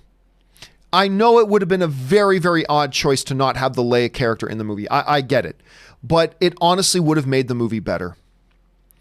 If you just said, Leia from her secret base or whatever coordinates with the Resistance to do this, that, and the other thing, and you just never have her on screen, I thought that actually would have been better for the movie than having these, as you describe them, jarring and robotic scenes where Carrie Fisher is acting her ass off for scenes that are completely different than scenes they were actually used her performance in. And for me, it just didn't work. And they should have either left her out of the movie or they should have done the smarter thing, which I always thought they should have done, which is recast her. You honor Carrie Fisher by bringing her character that she spent so many years of her life giving to us. You pick up the baton for her and you carry it across the finish line for her. Go out, get one of her close actor friends and bring them in to finish it off for her. But they decided to go another way. It was an interesting thing to do. It was a good compromise, but unfortunately, for me, it didn't work. And they should have been able to tell it wasn't working. And then just reshot those scenes and actually gotten an actress to do it or cut it out altogether. I don't know. But I agree, K. Major. It's just something that didn't work for me. NUFC, Adam writes, love the dynamic between Rey and Kylo. You know what? Other than the kiss and, oh, I love you. I've always liked the dynamic between the two characters. I really have. And I thought that played out as well, other than the stupid kiss at the end. Storm Chaser 78 writes, Star Wars The Rise of Skywalker was just okay, maybe number 6 at best in all of the movies. I wish Rey would have gone to the dark side and Kylo was the one to take her out. Not one dead, then alive, and then the other dies. Not good. You know what? Anne had a great idea. Anne thought a great heroic ending for Rey would have been, okay, Palpatine's stupid plan that makes no sense when you understand the character of Palpatine, that I want you to kill me so I can transfer to you and the Sith lives on. Anyway, but if that was his plan, Anne mentioned to me that a great, awesome ending for the Rey character would have been Rey killing herself, thus defeating the Emperor's plan. Now the Sith dies with him, right? And then Kylo comes in and finishes things up. By the way, I don't like the redemption of Kylo. I don't like how they did it. It could have worked. You know me, I've always been against the idea of the redemption of Kylo, and I never thought they would do it. But once it became clear that they were going to go in a redemption arc, I thought, okay, there are ways you can make this work. This could work. But I'm bad. Nah. Mom? Oh, I'm a good guy now, Mom. That was a waste. But had Rey killed herself to defeat the Emperor's plans and then Kylo comes in to scoop things up, that would have given some purpose and meaning to the name of the movie, The Rise of Skywalker. I don't know. There's a lot of different directions we could go with that one, Storm Chaser. A lot of different directions we can go. All right, Pierre Fillion writes, "Hey, John, I'm with you. I am unfortunately disappointed with the film and really wanted to like it. I like what they did with Poe, Lando, and C-3PO. I do too. By the way, I really like the use of 3PO in this movie. Best use of 3PO in any of the Star Wars movies. He had an important role to play. He sacrificed. He was funny. I thought this movie had C-3PO at his best, to be honest. And I'm somebody who doesn't like the movie. I thought 3PO was at his best. But what they did to General Huck's storyline felt totally botched, in my opinion, as is the Kylo Ren Redemption. I'm not gonna lie. I thought what they used Hux for was appropriate. Listen, Kylo doesn't like Hux, so there really wasn't much more for Hux to do in this series. Kylo simply doesn't like them, and he's the supreme leader. Honestly, I'm a little bit surprised that he wasn't already removed. But to me, it made narrative sense that Hux, who hates Kylo so much, would be the spy. That actually, I'm going to tell you, and this might be an unpopular opinion, but that was actually one of the things that worked for me in the movie. I thought that worked out all well for me, to be honest with you. And the Kylo Ren redemption, again, you could have, look, I didn't want them to do a redemption, but if you're hell-bent on doing it, there's ways to do it and to make it work. That wasn't it. To me. For me, it didn't. But there are other people who liked it, so hey, there it is. K Major writes, Knights of Ren were useless. Yes, they were. They were completely useless and neutered in this thing. They were basically boogeymen lurking in corners. They followed people. They were private detectives who followed people. That's all they did. We're the Knights of Ren. What do? We follow people. We follow people well. Okay. Never confronted the main characters, only to lose to Ben Solo, who, by the way, should have never been redeemed. By the way, can I bring up another big problem with this movie? That I totally should have brought this up before, and I totally forgot. But let me mention this now. One of the big problems with this movie that made no logical sense is once Kylo decided, I'm a good guy now. Okay. You're still the supreme leader of the First Order. And you are still master of the Knights of Ren. You're still the boss. Fly back to your command Star Destroyer and say, gather what's left of our fleet. We're going to, I don't know, Exegol? I think it was called Exegol. We're going to Exegol and we're going to take out this guy. After all, a bunch of the other generals in the First Order were already complaining that we shouldn't be trusting this Palpatine and this fanatical order over there. We shouldn't trust him. There were already others in his leadership that didn't like them.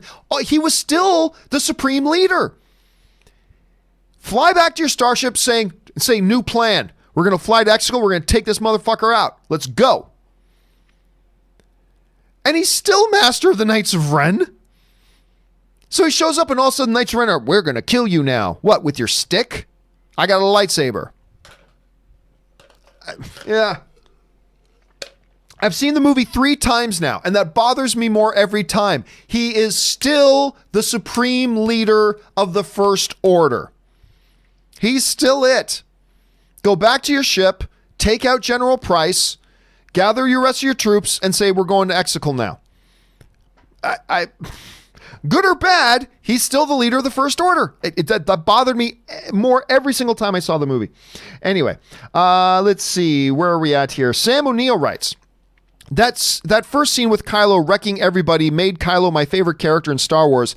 Seen this movie 3 times now, and holy moly, I love it so much. It was a great opening scene.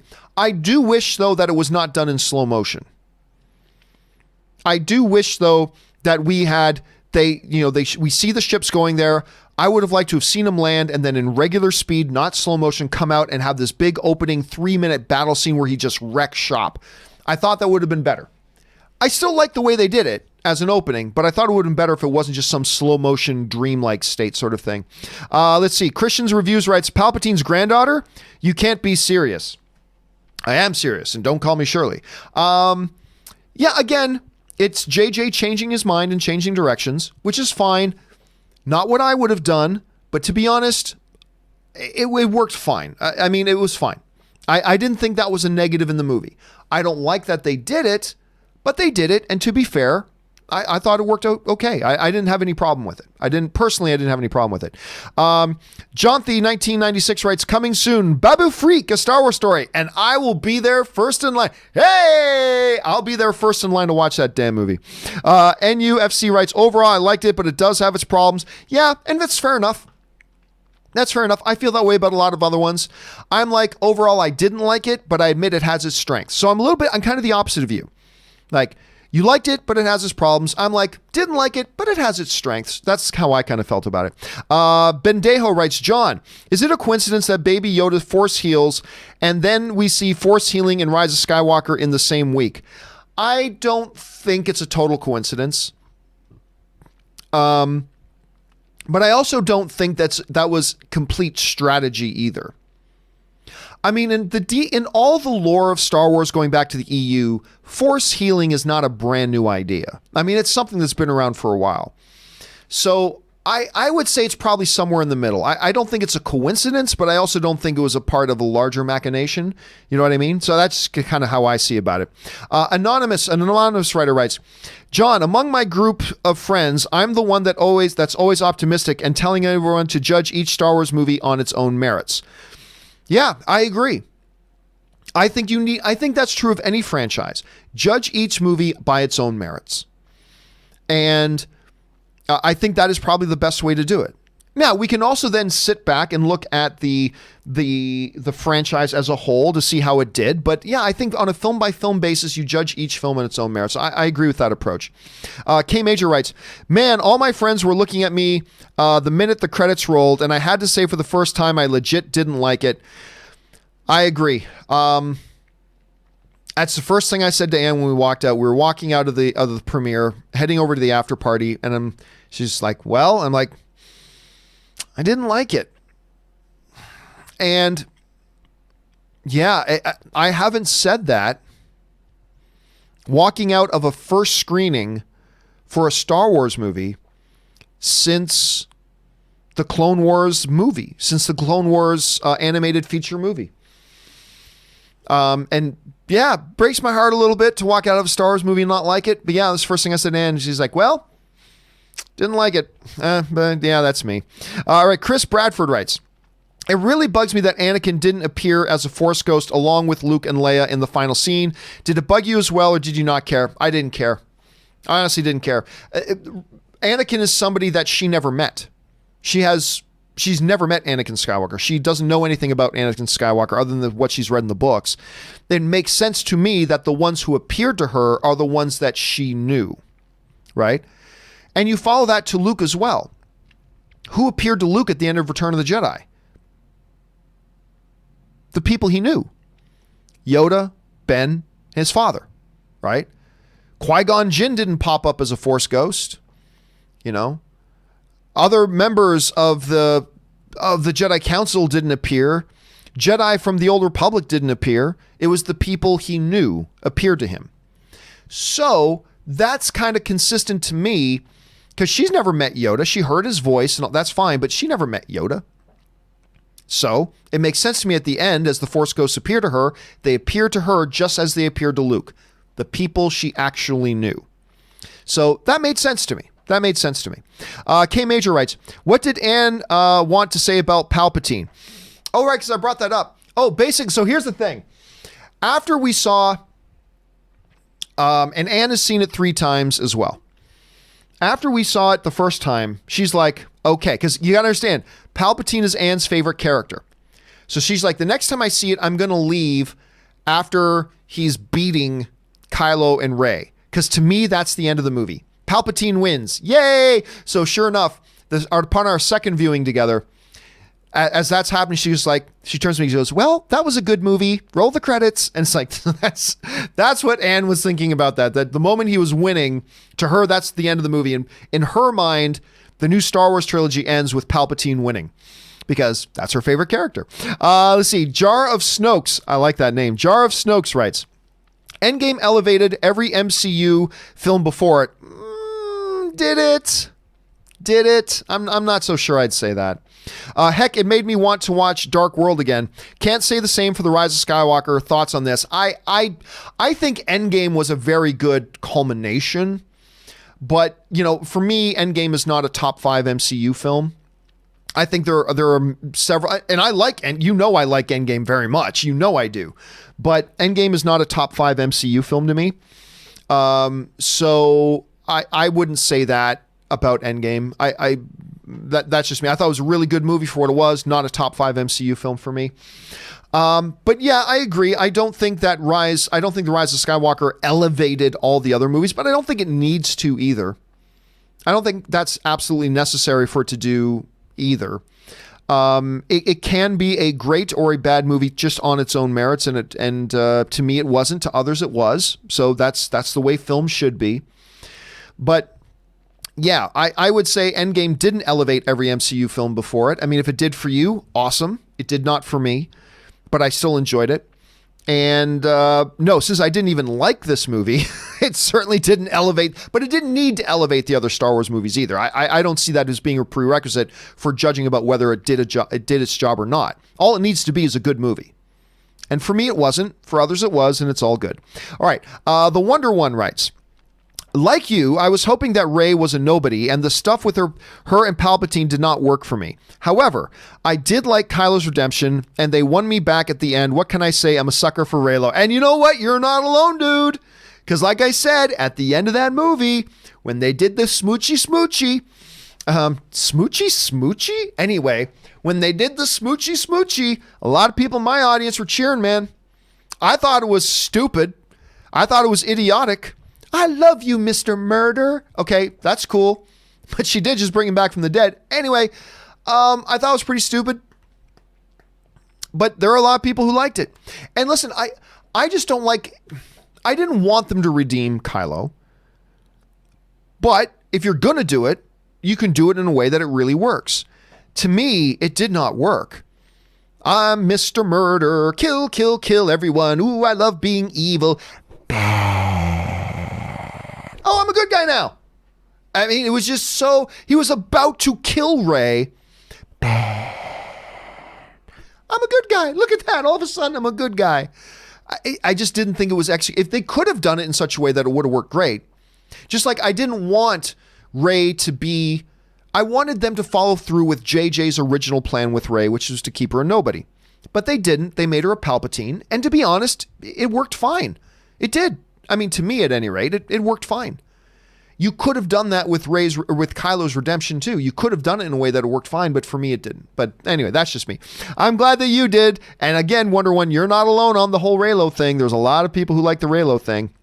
Basil writes, I liked the film, but I had major problems with it. Overall, I believe that this new trilogy lacked a clear vision. Well, it did lack a clear vision. Even the ones that I liked, you can clearly tell as a franchise, it lacked a clear vision. And it was just filmmakers pulling contradictory strings. The prequels are inferior as individual films, but at least they had a clear vision. You know what, Basil? That's a very good point. Overall, I much prefer these new films over the prequels. But the one thing you got to give the prequels is it did have one clear vision for what the series was supposed to be. What that trilogy was supposed to be, where it started and where it was going, was one vision and one clear path. I still think the movies ended up to be bad, but it had that going for it. And if they had done that with the new trilogy, I don't think it would have made it better than the original trilogy, but I think it would have improved it. And I think a lot more people probably would have been on board if they had done that, but they didn't. They just let any filmmaker come in and just make any decisions they wanted to do. And it's that inconsistency that I think is what frustrated a lot of people. It didn't bother me all that much, but there was a lot of people that inconsistency and the constantly changing of gears from film to film rubbed a lot of people the wrong way. And I agree with you on that. I think that's a good observation, Basil. All right. Dig writes, one of two, John. Just about every prominent Jedi from the movies and animated shows was featured in Rey's Be With Me scene. Well, I don't know if I'd say featured, but at least you heard a whisper. Arguably, the only major Jedi character voice missing was Ezra. But was Ezra a major Jedi? Anyway, number 2. Filoni, when asked about Ezra's fate at Celebration, said, I can't talk about that. Could we be getting more Ezra in the future? Probably. Look, we know there's more animated stuff coming. I wouldn't doubt it at all if we got more Ezra stuff. Ezra was not a significant Jedi, though. And so, and I'm a Rebels fan. I like Rebels. But he's not a significant Jedi character. So it made sense that we didn't hear his voice. And by the way, I'm not 100% sure that we didn't hear his voice. I don't think we did, but I'm not 100% sure. All right. A good observation, though, about that. Matthew Mendez writes, I enjoyed the film. Kiss felt awkward. A little bit. Only 5 people clapped. 180 degree turn from The Last Jedi. Was this them trying to fix the ship? And why wasn't the story mapped out? Hey, Matthew, listen, that's been an ongoing theme of today's show. Talking about them changing what they were originally planning to do and doing all this stuff, and that was a problem. And yeah, they should have mapped this thing out. And, I talked about this on my show the other day, and I'll keep this brief. But, a lot of people often complain, studios shouldn't interfere. Let the director do whatever they want to do. And then we complain that the studio didn't interfere, and they should have laid out a big, long flight path for the trilogy that the directors needed to follow. So we'll complain one way and then we'll complain the other. They should have handled Star Wars the way that Kevin Feige handles Marvel. Kevin Feige maps out everything that he wants to have done, and then it's the director's job to fulfill Kevin Feige's vision and add their own DNA and personality to it as well, and do their own specific thing, but making sure you do so while following the path that Feige lays out. That's what they should have done with Star Wars. And they didn't, and they should have. I get it. Kathy Kennedy is a producer. She's one of the greatest producers in the history of Hollywood. And at her heart, she loves to give directors freedom. That's the type of producer she is. She loves to facilitate things and make it so the director can fulfill their vision. And that's what part of the thing that makes her a fabulous producer. But she needed to be less of a producer and more of a studio head here and said, we need to map out our trilogy and then let individual directors come in and do their own unique things with each movie as long as they stay to the basic path that we set out. They should have done that. They didn't. And I think that's to the film's detriment. All right, guys. Hey, listen. We've been going for an hour and a half now, I think, somewhere along those lines. So if you guys will indulge me, I'm not even going to take the full 4 minutes. I'm going to take a little bit of a break. I'm going to go use the bathroom quick. I'm going to refill my drink. Hang tight, guys. We've still got hours to talk Star Wars. So hang tight with me, guys. Don't go anywhere. Again, I won't even take the full 4 minutes, but don't go anywhere. And we will be right back.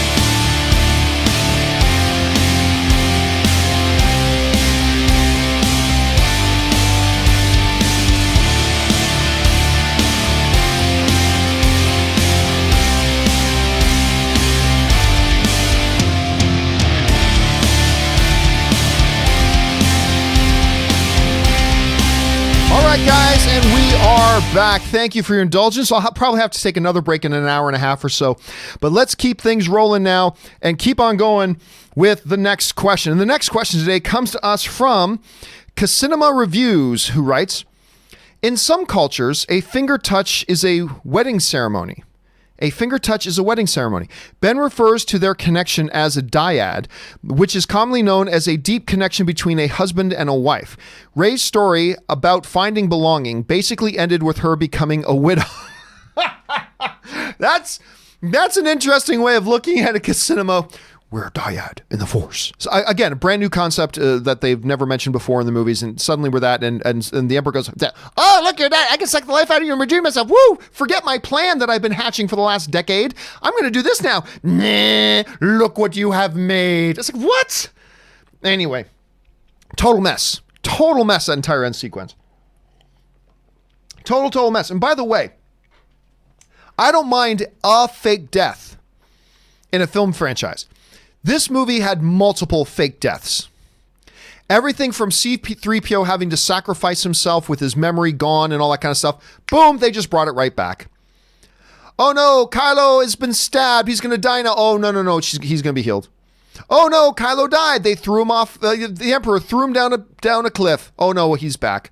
Oh no, Rey died. No worry, Kylo comes back up, brings her back to life. Like, they did like 4 fake deaths in this movie. And fake deaths to me is a little bit of an issue, but like, they end it with her becoming a widow. That's an interesting way of looking at Casinema. I totally agree. All right. Use Diaper Hoarder. I like that name, right? Falcon, on your left, Lando. There are more of us. But anyway, JJ confirmed in a Q&A session of an Academy screening that the Rise of Skywalker, that the thing Finn wanted to say to Rey was he was Force sensitive, but I guess we'll never see that conversation. I mean, but I don't know if I believe JJ when he says that. I mean, a lot of people think it's very clear he was going to express some feelings for her or whatever. Because, by the way, did you notice the whole romance with Rose is just gone? It's just gone. It's gone from them having a kiss and loving each other to a good slap on the shoulder. Until we see each other again then. When we do. And then walks up. It's like, really? No explanation about that? But, whatever. But I don't even know if he would know that he was Force sensitive.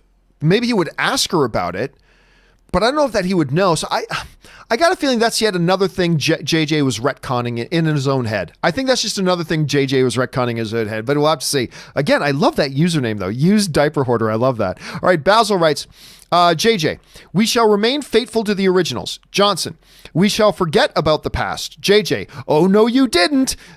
D, one of the laziest storytelling techniques for me is, this was always there, you just didn't know, and we didn't tell you. Yeah, I agree with that. You see, unlike Game of Thrones, where Dany being a jerk and Daenerys was clearly going to become a villain, that was there, and they were showing us that for years. I was screaming about it for years and nobody would listen to me. So that was there. But you're right. When they go, oh, though this was always there, there's just no way you ever knew it was there. Really? No, it wasn't always there. You just came up with it. Much like the George with the Luke and Leia being brother and sister. That wasn't there. That was something he came up with in between movies. So I agree with you.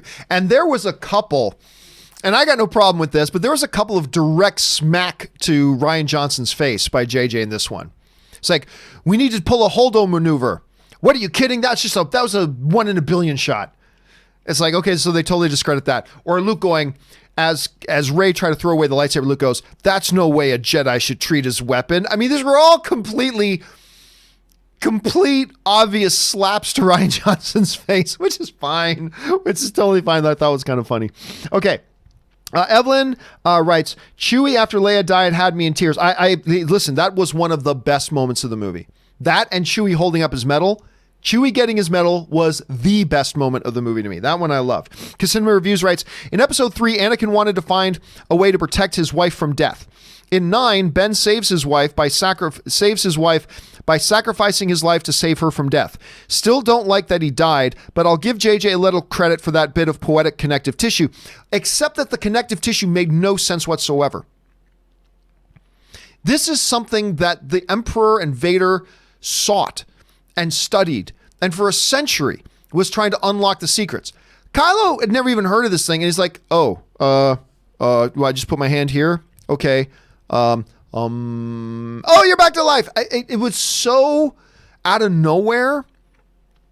It felt so inconsistent. I get it. There is poetic connective tissue there, but it was done in such an illogical and inconsistent way that contradicts so much of what they had already set up in Star Wars that it was very jarring for me. Very jarring for me. But you're right. That is poetic connective tissue, and I got to agree with you on that. Joe Boucher writes, imagine if JJ directed The Last Jedi. Not only kill off Snoke, who was just Snoke, and the last scene of the movie was Kylo Ren resurrecting Palpatine behind Snoke's back, would have been a great cliffhanger and a whole new ball game. Sure, but now you're kind of writing the story yourself in your own. Now you're kind of writing the story yourself in your own head. So I don't know if, look, that doesn't make it either good or bad, because it still would have all come down to how was it executed. That's really what it all comes down to. How well is it executed? And that becomes the main issue. So I'm not sure that would have made the movie any better. But had it been JJ directing The Last Jedi, we would have at least got, if it was JJ Abrams who directed all three films, it at least would have given us one story, right? It would have allowed JJ to plan out the three films. We're going to start here at the beginning of film 1, and we're going to end here at the end of 3. And I think all three, well, not the Force Awakens would have still been the same, but The Last Jedi would have been totally different. And I like what Rian Johnson did with The Last Jedi, despite its problems. I like what Rian Johnson did with The Last Jedi, but The Last Jedi would have been totally different, and The Rise of Skywalker would have been a completely different movie. It would have been a completely different movie.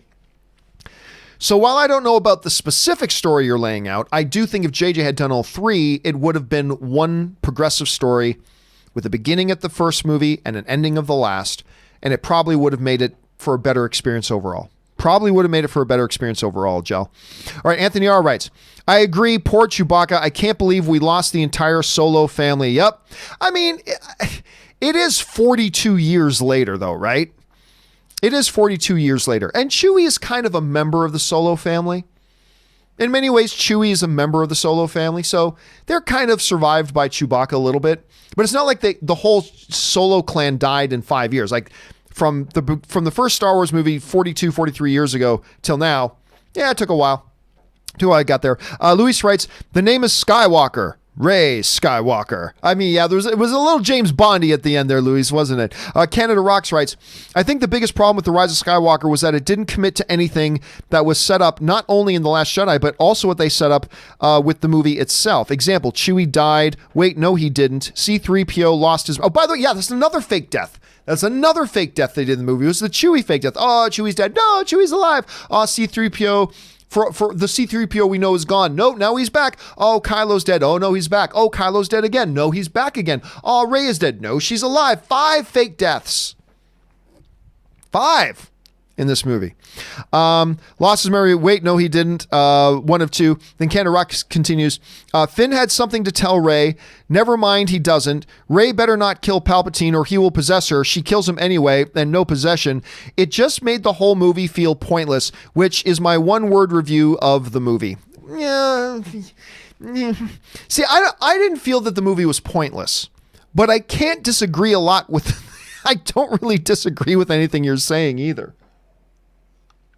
I don't necessarily agree with the whole final verdict of the whole thing is useless, because I don't think the whole thing was useless. I think there's a lot of upside to the movie. I think there's a lot of things that I did enjoy about the movie, even though I didn't overall like it. But I can't disagree with any of the things you're talking about here. C-3PO lost his memory. No, he didn't. Chewie died. No, he didn't. Kylo died. No, he didn't. Kylo died again. Once again, no, he didn't. Rey died. No, she didn't. Don't kill Palpatine or he'll possess you. Then she kills Palpatine. I mean, yeah, there's a flagrant amount of inconsistencies in the film. There's a flagrant amount of inconsistencies in this film and items of convenience. But I know I just touched on it earlier, but seriously, it should bother everybody that in 15 minutes, Lando Calrissian traveled from the Resistance base to the core worlds, which should have taken him over a week to get there. But in 15 minutes, he got all the way to the core worlds, rallied thousands of individuals with starfighter capabilities, and then all of them traveled all the way to Exegol to join the fight against whatever, all within 15 minutes. That's not how Star Wars works. And it just bothered me so badly. Imagine this. You're about to go into a fight with a street gang up the street. Your street gang is about to go into a fight with another street gang, and you're outnumbered. And one guy, and let's say you're in New York City, and one guy says, hey, I know I can get a bunch of people from Los Angeles to come and help us. The fight's in 15 minutes. No problem. I can travel to Los Angeles, go around door to door. I'll gather up 15,000 people, and we'll all travel from Los Angeles back to New York, and we'll join the fight in 15 minutes. We'll be right there. That's essentially what happened.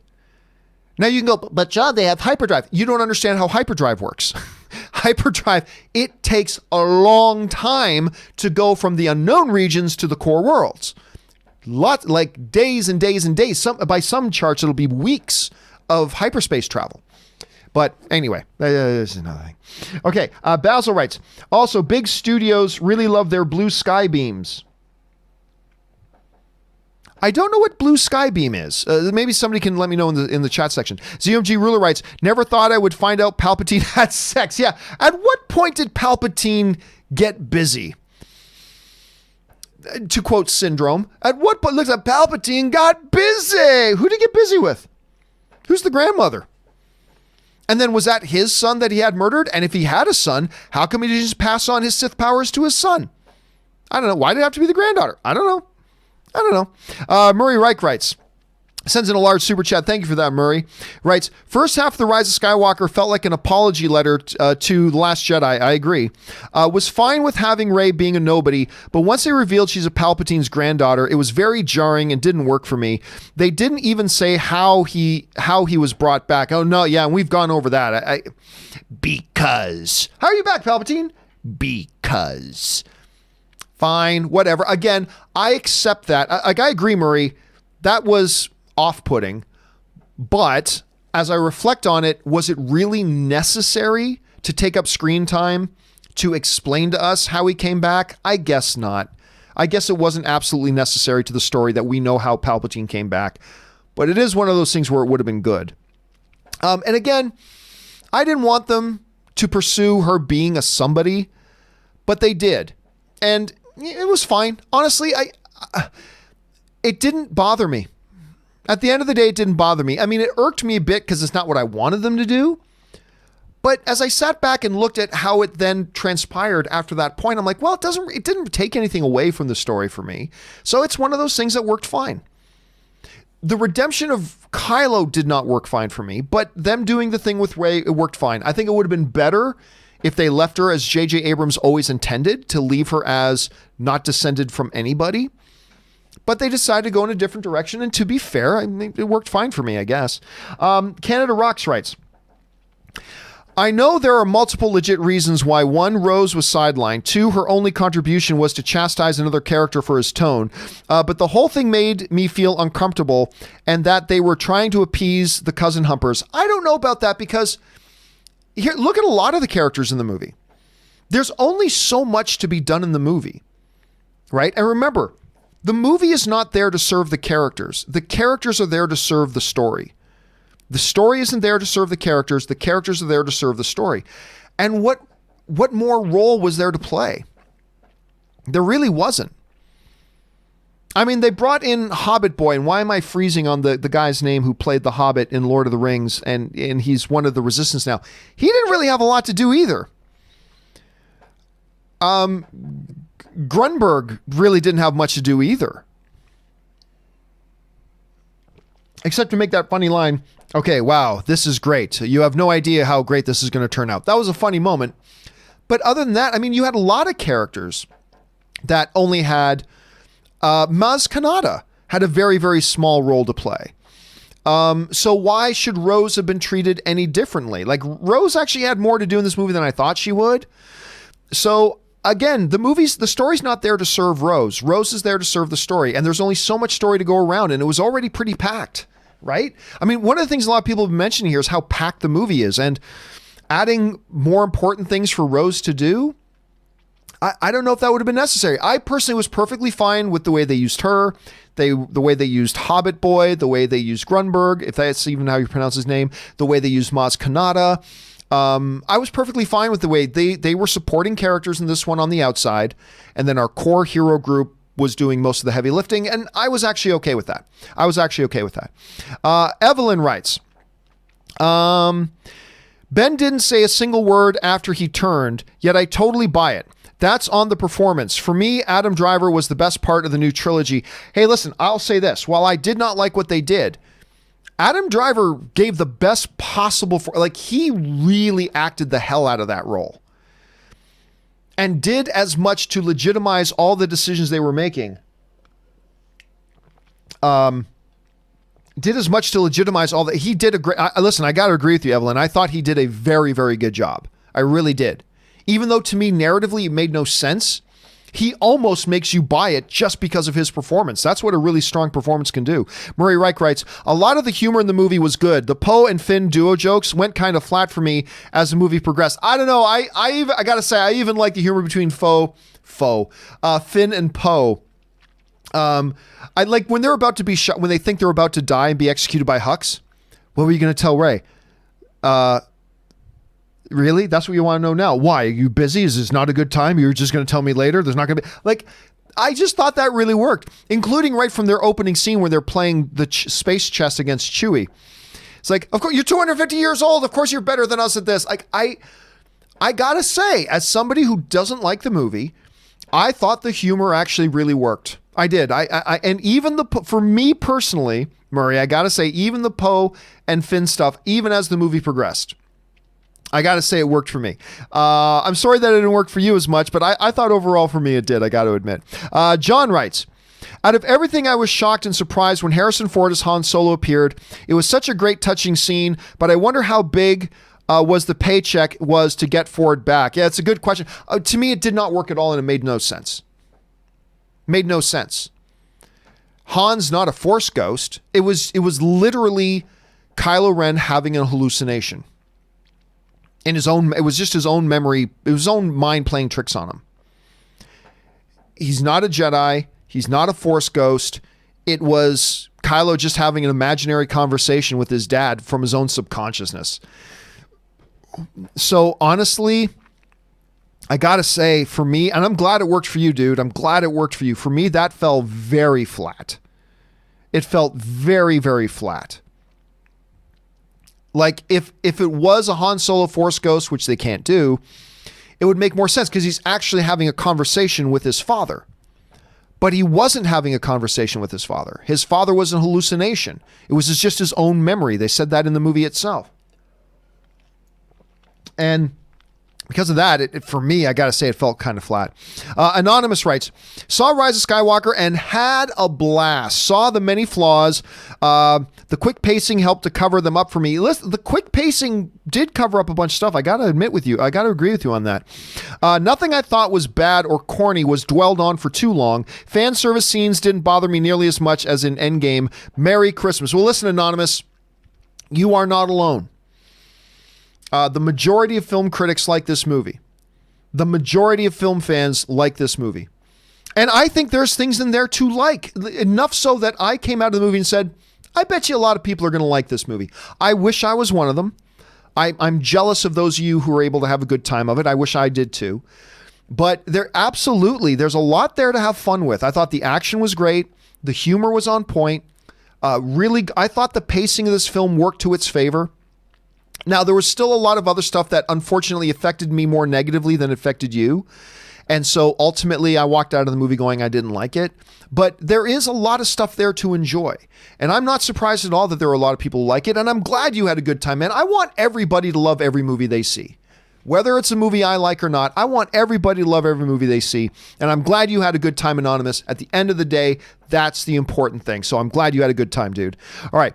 John writes, when all the past Jedi spoke to Rey, I was surprised when I heard Kanan from Rebels and Ahsoka from Clone Wars. I got all geeked.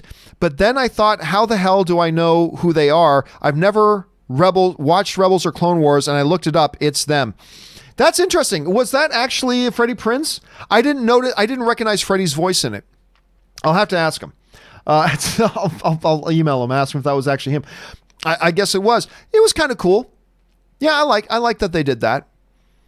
I mean, it could have been tens of thousands of Jedis throughout history that she had whispering his voices, but I thought it was a nice little moment. Like, they didn't show them on screen or anything, but I thought it was a nice little moment to have those voices whisper to her. I mean, she was calling out to them, be with me, be with me, be with me. That was a nice moment. That was a nice moment. I agree with you on that one, John. I thought that was a really nice moment. And good on you for doing your research and actually looking it up as well. Good for you. All right. Des Tista writes, why is BB-8 with Rey at the end of the film when that is Poe's droid companion and not got R2-D2 with her, which makes more sense storyline wise? Well, I mean, she needed somebody to go with her. Why not? I think people try to look for too much in everything. She happened to take a trip with BB-8. She needed somebody on the trip with her. Just took BB-8. Poe was probably busy. R2 seems to be more, in the new trilogy, he's more of a base droid. He normally stays on base and helps out at base. That's what they've done through the films, through these new films. So she's got a closer connection to BB-8 because she found BB-8 in the desert, saved him. And she doesn't know R2 nearly as well as she knows BB-8.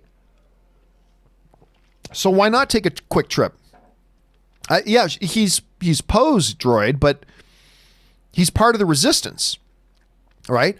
That's just saying, why was BB-8 doing the Star Destroyer assault with Finn and Rose and all that kind of stuff? Remember, because he's racing along the deck of the Star Destroyer? He's Poe's droid. Oh, yeah, he is, but he can do other things as well.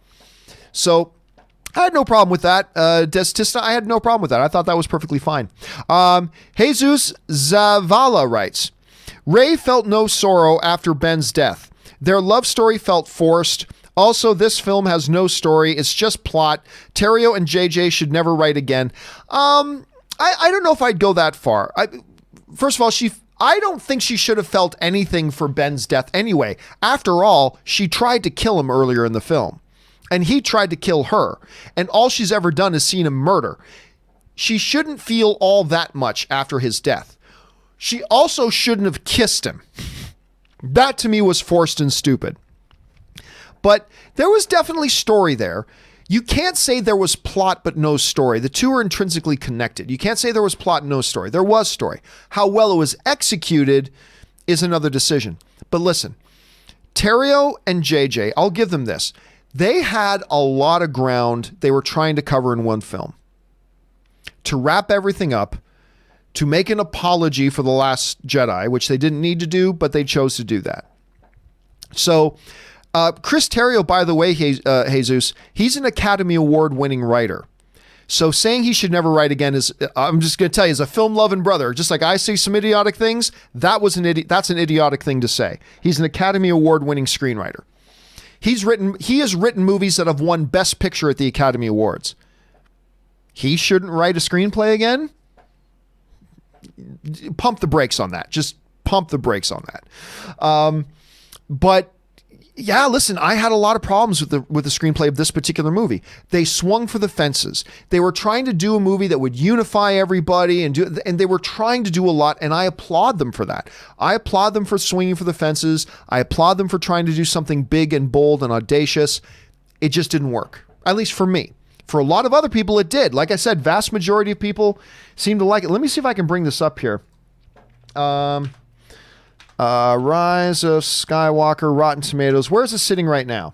So right now, the majority of the film critics like it. It's got a 57%. That's not a great number, but it still means the majority of film critics like it. And as far as the verified audience rating, 86% of the audience likes it. 86. And these are verified audience. These are people verified who actually went to go see it and bought tickets. And it's got 31,000 votes and 86%. So, I mean, it didn't work for me, but it worked for a lot of people. And even though it didn't work for me, I still tip my cap to JJ and Terrio for trying to do some very, very bold and out of the box kind of things. The problem is when you try to do bold and out of the box things, many times it won't work. That's why it's bold. If it was easy and safe and works every time, then it's not bold. They tried some bold things, and unfortunately for me, it didn't work. But I applaud them. And I'll sit here and wait and look forward to the next Star Wars movie, even though this one didn't work for me. But yeah, let's pump the brakes on saying Chris Terrio, Academy Award-winning writer who wrote films that won Best Picture at the Academy Awards. Let's pump the brakes on saying he shouldn't write a movie again. That's just nonsense. All right, let's move on here. J Meister 25 writes, Star Wars Episode 9, Tell, Don't Show. Nothing on Palpatine's return, nothing on the Imperial fleet coming back, nothing on how he amassed tens of thousands of Star Destroyers from the ground. Did I miss a movie? You know, here's the thing, J Meister. I've always said, there are things that aren't necessary, aren't absolutely necessary and prerequisites to be in a movie. Like Snoke, we never needed to know where Snoke came from. That wasn't completely relevant to the story. For the story to progress, it didn't need us to know where Snoke came from. Something as big as building thousands of Star Destroyers, and all of them now, by the way, are Death Stars. They're all mini Death Stars, and they can all blow up planets. So we're back to the planet blowing up thing again. Would that have been good to know? Probably good to know. Hey, Palpatine, how are you back? Because. That would have been good to know. At the end of the day, was it absolutely necessary for us to know? No, probably not. But they do lean into that a lot, though, didn't they? Listen, I can't deny, J Meister, that they did lean into it a lot. So it does kind of feel like we were missing a movie. It feels like there was an episode 8.5 that we missed, and then we just jumped right to episode 9. It did feel a little bit like that. I can't deny that. All right, Murray Reich writes, so Leia didn't even feel sick or anything. All she did was call out her son Ben, and then she died. Like, really? Here's the thing, Murray. When you make the decision to have Leia in the movie, and you're using her just from old footage from another movie that was never intended to be in this movie, you are very limited on what you can do.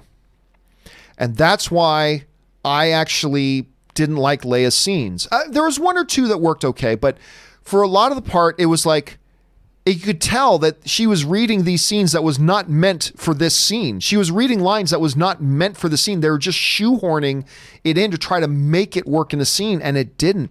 And when you're doing that,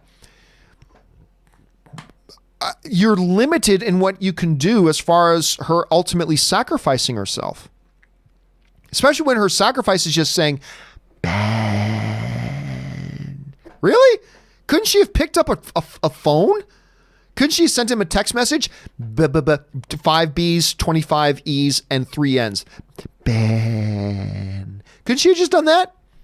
You gone, my mom text messaged me. I mean, but you are limited in what you can do. Murray follows up and writes, so they're telling us that Chewie was on a different ship when the other one was accidentally destroyed by Rey. I'm calling BS right there, no chance. But I've seen the movie multiple times. When you watch the movie, the first time when Finn sees the Knights of Ren and the Stormtroopers taking Chewie onto the transport ship, there are 2 transport ships. Go back and watch it. There are 2 there. Because I remember I felt the same way you did, Murray. At first, I'm like, really? No, I don't buy it. But when you go back and watch it again, there are 2 transport ships there.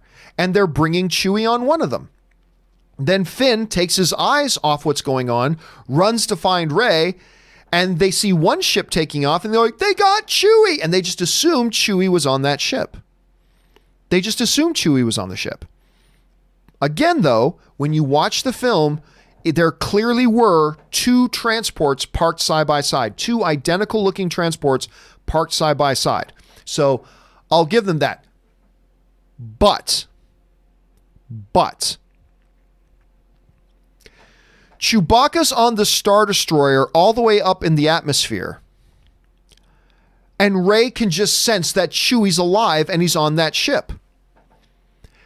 So how come she couldn't tell Chewie was still alive when he was only a few hundred yards away on another ship? Huh? Like, I get it. She thought Chewie was on that ship and she blew up the ship. How come she couldn't sense that Chewie was still alive just a few hundred meters away on another ship that she wasn't seeing? If she could tell that Chewie's up on that Star Destroyer, they're all the way up there in the clouds, how come she couldn't tell Chewie was still alive when he was just a few feet away? That raises a question, but again, Murray, there were 2 ships there and they did make that clear. So we got to cut them a little bit of slack on that. Evelyn writes, the shot of Rey and Ben ready to attack Palpatine. That was cool. That was a cool looking visual. I'll give you that one as well, Evelyn. That was a cool looking visual. Destista writes, and why has Rey got the Falcon and didn't use Luke's X-Wing at the end of the movie? As that should be Chewie's ship after Han died. # justice for Chewie. Okay, look. The Falcon was now the Resistance's ship. Even at the beginning of the movie, it was Poe piloting the ship. Right? They took that ship on a mission. Rey had been the caretaker of the Falcon under Ungar Plot for years. And just because she took a ship to go on a quick trip. And by the way, if you had to take a long trip, would you want to be in a 1-seat X-Wing or would you want to be in a more spacious kind of Millennium Falcon? So she took the Falcon. Big deal. I think we're trying to read too much into it as to who was on that ship. Why was BB-8 with her when she belongs to Poe? Why not? I go out with different friends. Like, you might see me walk into a mall with my friend Kaori and have people go, wait a minute, John Campea is married to Anne. How come he's out with Kaori? Why is he out with Kaori? This is inconsistent. No, I know Kaori. Kaori and I hang out. Wait a minute. Anne's at Hasbro, but she's married with John. Why isn't John with her? Because she's got something to do that I don't need to do. So we're and I go out with a friend or she goes out with a friend. It's not a big deal. It's not a big deal. Not a big deal. Okay. Randall Cartwright writes, was underwhelmed with the movie. It was missing moments for me. Epic, unforgettable moments. I agree.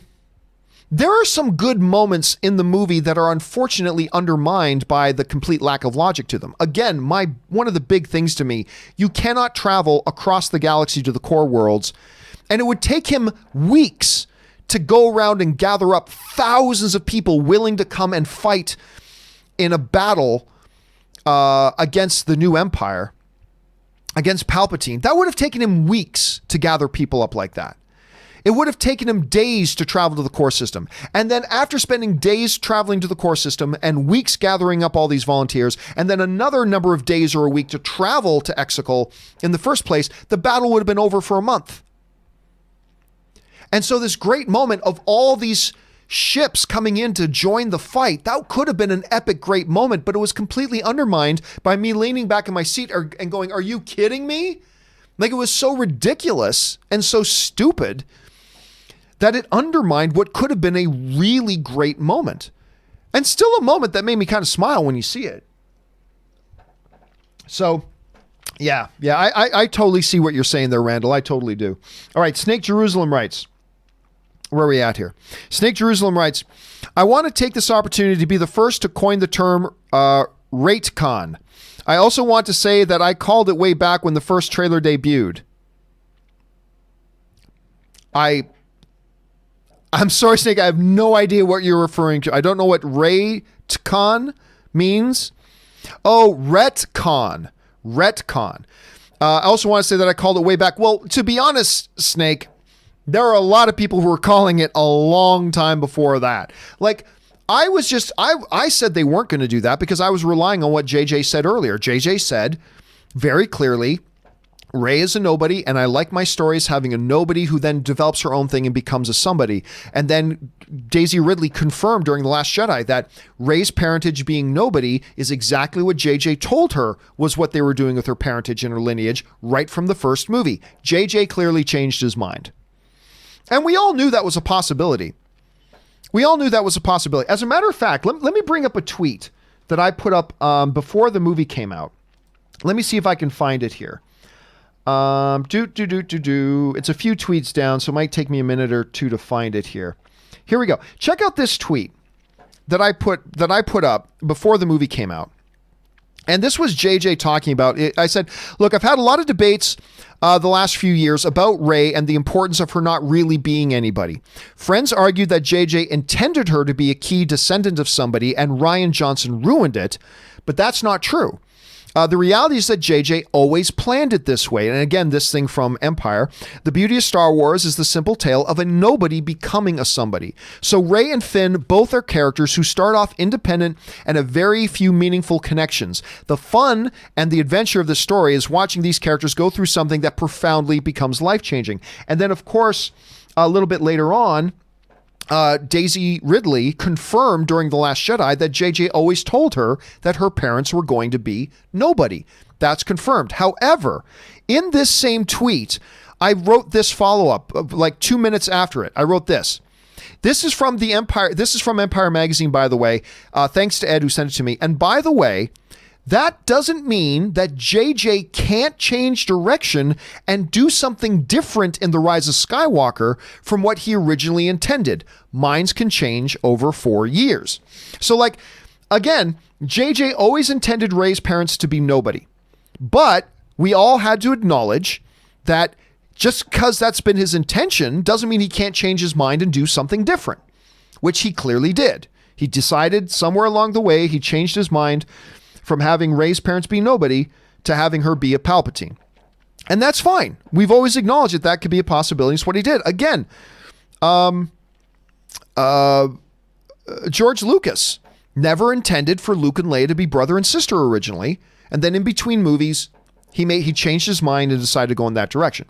So that happened. So yeah, we all knew it was a possibility they could retcon a bunch of things. And it's true. A lot of people predicted that that's what they were going to do. I didn't think they would. I'll call myself on it. I didn't think they would because I was relying on what JJ had said previously, but he changed his mind and we all knew he could. Even I had to write on Twitter that he might change his mind. He might change his mind and take Rey in a new direction, but it was never his intention, not initially. And so it's still important to point out that when Rian Johnson had the big scene about Rey's parents are nobody, that was not him changing what JJ planned. That was actually him following through on what JJ had planned. But JJ changed his mind and now we are where we are. All right. Ernesto Morales writes, is that right? Yes. Ernesto Morales writes, you most likely answered this, but I legit teared up when I saw Chewie's reaction to Leia's death. It was a good moment, man. That hurt my soul. Also, John, I need to say this. Hey, man, have you ever had Wookiee steaks? No. Why? We should try them out. I heard they're a little chewy. Bum. Anyway, yes, the Chewbacca reaction to the death of Leia, I thought was one of the strong parts of the movie. I did. I thought that was one of the stronger parts of the movie, and I did enjoy it. You felt it in the way he was like, no! I only surpassed by Chewie holding up and winning his medal. That part I liked even more. Lawrence Reed writes, so Luke knew that Rey was a Palpatine all along? That seems to be what they implied. I don't know if I like or don't like that, but they seem to imply in the movie that Luke and Leia both knew all along that Rey was a Palpatine. Again, that's a retcon, but it's what they are implying in the new movie. Brad Resch writes, The Rise of Skywalker spoiler discussion. Hey, John, fellow Canadian kid here. Thanks for writing in, Brad. I liked a lot of the choices this movie made, but feel they were not earned or properly explained. Wondering if you think a longer runtime or even another movie could have improved the film. This kind of came up earlier, Brad. I don't know that another movie was needed. Again, I'm not the type of film watcher that thinks you need to explain everything. I think you need to explain things that become absolutely essential to us being able to understand the story. But a lot of stuff you don't need to explain. So I don't think another movie was needed. However, I do think like another 10 or 15, maybe even 20 minutes of runtime maybe would have served the film well. Not an entire another movie, but like even like another 15 minutes or so, just to give a little bit of breathing room. Now, and I'm somebody who really likes the pace of the film. I like the pace of the film a lot. But if you did give it another 15, 20 minutes, which by the way is an eternity in a movie, you can do a lot in a movie in 15 minutes. 15 minutes probably would have served the movie well. probably would have served the movie well. And again, I think there's a lot of stuff that wasn't explained that didn't need to be explained, more than just beyond our general curiosity. But some things that maybe would have benefit being explained, and maybe they breathed a few things out and fleshed a few other things out. So about maybe another 15, 20 minutes, but not necessarily an entirely new movie. Thanks for writing that in, Brad. Garrett Couch writes, loved it. Kylo Redeemed could only come Han. Great space battles and Rey's Force Lightning. By the way, the Rey's Force Lightning scene, that was pretty badass. I like that scene. That scene was pretty great. Rey's Force Lightning scene. C-3PO gets at least a moment to shine. He did. This is the best use of C-3PO out of any Star Wars movie. Only wish for a better trilogy overseer. Were those Sith ghosts in Palpatine's temple? Just great. I don't know if they were, like, are you talking about the people whispering? Yeah, I don't know that the Force ghosts were there, but they could hear him, she could hear the Force users whispering in her ear and all that kind of stuff. Again, I thought the Han scene was a total useless thing. It wasn't needed at all. It was just him hallucinating. It wasn't really Han there talking to him. It was just, look, everybody, Harrison Ford's here. And I thought that is something, I would have preferred them using those 2 minutes to maybe have Palpatine saying, 4 years we have secretly, been doing this, and explaining a little bit of the existence of this fleet. I think those would have been I think there's a lot of things they better could have used those 2 minutes for, because ultimately the Han thing was pointless. It was just literally Kylo hallucinating, and it's a figment of his imagination. It wasn't Force Ghost Han. So it was cool seeing Harrison Ford there, but I thought it was a wasted couple of minutes. I didn't think it served the movie. I really didn't. So anyway, that's just me. But again, Garrett, I got to agree with you, man. I thought 3PO was used better in this movie than he has been since the original Star Wars film. 3PO has always been a sidekick, comic relief. I just thought he had a little more substance in this one. Ooh, Babu Freak, he's one of my oldest friends. I love that. I thought they gave him a lot more to do and a lot more substance in this, and I thought that really was. And again, the Rey Force Lightning stuff, that was a great moment. I remember I'm in the movie theater, and I'd already started rolling my eyes a lot at this movie, but when that Force Lightning thing happened, even I was like, whoa, that was pretty cool. Like, I was already rolling my eyes a lot at the movie at that point, and that scene was great, well executed, and it was a pretty badass scene, Garrett, I gotta say. So I'm glad you enjoyed the film, man. I'm glad you had a good time, my friend. Thanks for sending that in, brother. All right, Ben Rayner writes, Grandfather Palps didn't work for me. Ben Redemption worked for me because Han being there for giving help. But remember, that wasn't even really him. That was a figment of his imagination. In my opinion, didn't like all the reckoning of the Last Jedi stuff, or retconning of the Last Jedi stuff. Dark Rey tease was annoying. Chewie got a medal finally, and Lando was cool. I agree with a lot of that. Chewie getting his medal is a big highlight for me. Lando was well used, other than the whole, I magically got to the core systems, gathered up 10,000 people, came all the way back and joined the fight all in 15 minutes. That was absolutely stupid. But everything else they did with him in the movie, I thought was really, really well done. And again, the Han thing was completely useless. Han was a figment of his imagination. It wasn't a Force ghost. He's not a Jedi. He's not a Force user. And yes, they should never have put that Dark Rey thing in the teaser, because ultimately it was nothing. It was just a dark vision of her, much like Luke down in the cave. And we all knew that was a possibility. We all knew that was a strong possibility, that it's nothing but some kind of nightmare or Force vision thing. We all knew that, but it's like, really, when that was the extent of it, I mean, I think all of us in the theater was like, really? They should never. It would have been a much cooler surprise in the movie had they not put that in the teaser, because the teaser gave us hope that there was more substance to that. Maybe it's a clone. Maybe Rey turns dark. Maybe, they never should have put it in when it was just going to be just a quick little glimpse of some Force nightmare thing. And it really was an unfortunate thing that they did that. Garrett also writes, one nitpick, Ewok's eyes were not right. Ewoks on drugs. I never looked at it that way. But I gotta say, all 3 times I've seen the movie, everybody cheered in the audience when they showed the Ewoks. So that's good, because me, F you, I love the Ewoks. Ewoks are A-okay to me. I'm glad they were kind of shown there a little bit. So it did my heart good to hear people cheering them. Gannon writes, if JJ directed the entire trilogy, do you think we would have found out that Rey was a Palpatine? No, we never. Do you think we would have found out Rey was Palpatine's granddaughter in The Last Jedi, or that it was shoehorned in episode 9? That was never JJ's intention. She never would. If JJ had directed the whole trilogy, she never would have been revealed to be Palpatine's granddaughter. They would have left her as JJ's original intention, which was she was a nobody. And that the Force chose her and decided to work through her like it did in Jedis and generations before. That's the way it would have gone. But because of all the upheaval and the anarchy and the toxicity and the mess that the Star Wars fan had become, and kind of, he didn't like what Ryan did with Last Jedi and all this kind of stuff, even though publicly sometimes he said he did, but in this movie you can clearly tell he didn't. He changed plans and changed directions. So I think if JJ had done the entire trilogy, she flat out never would have been a granddaughter of Palpatine. That's clear.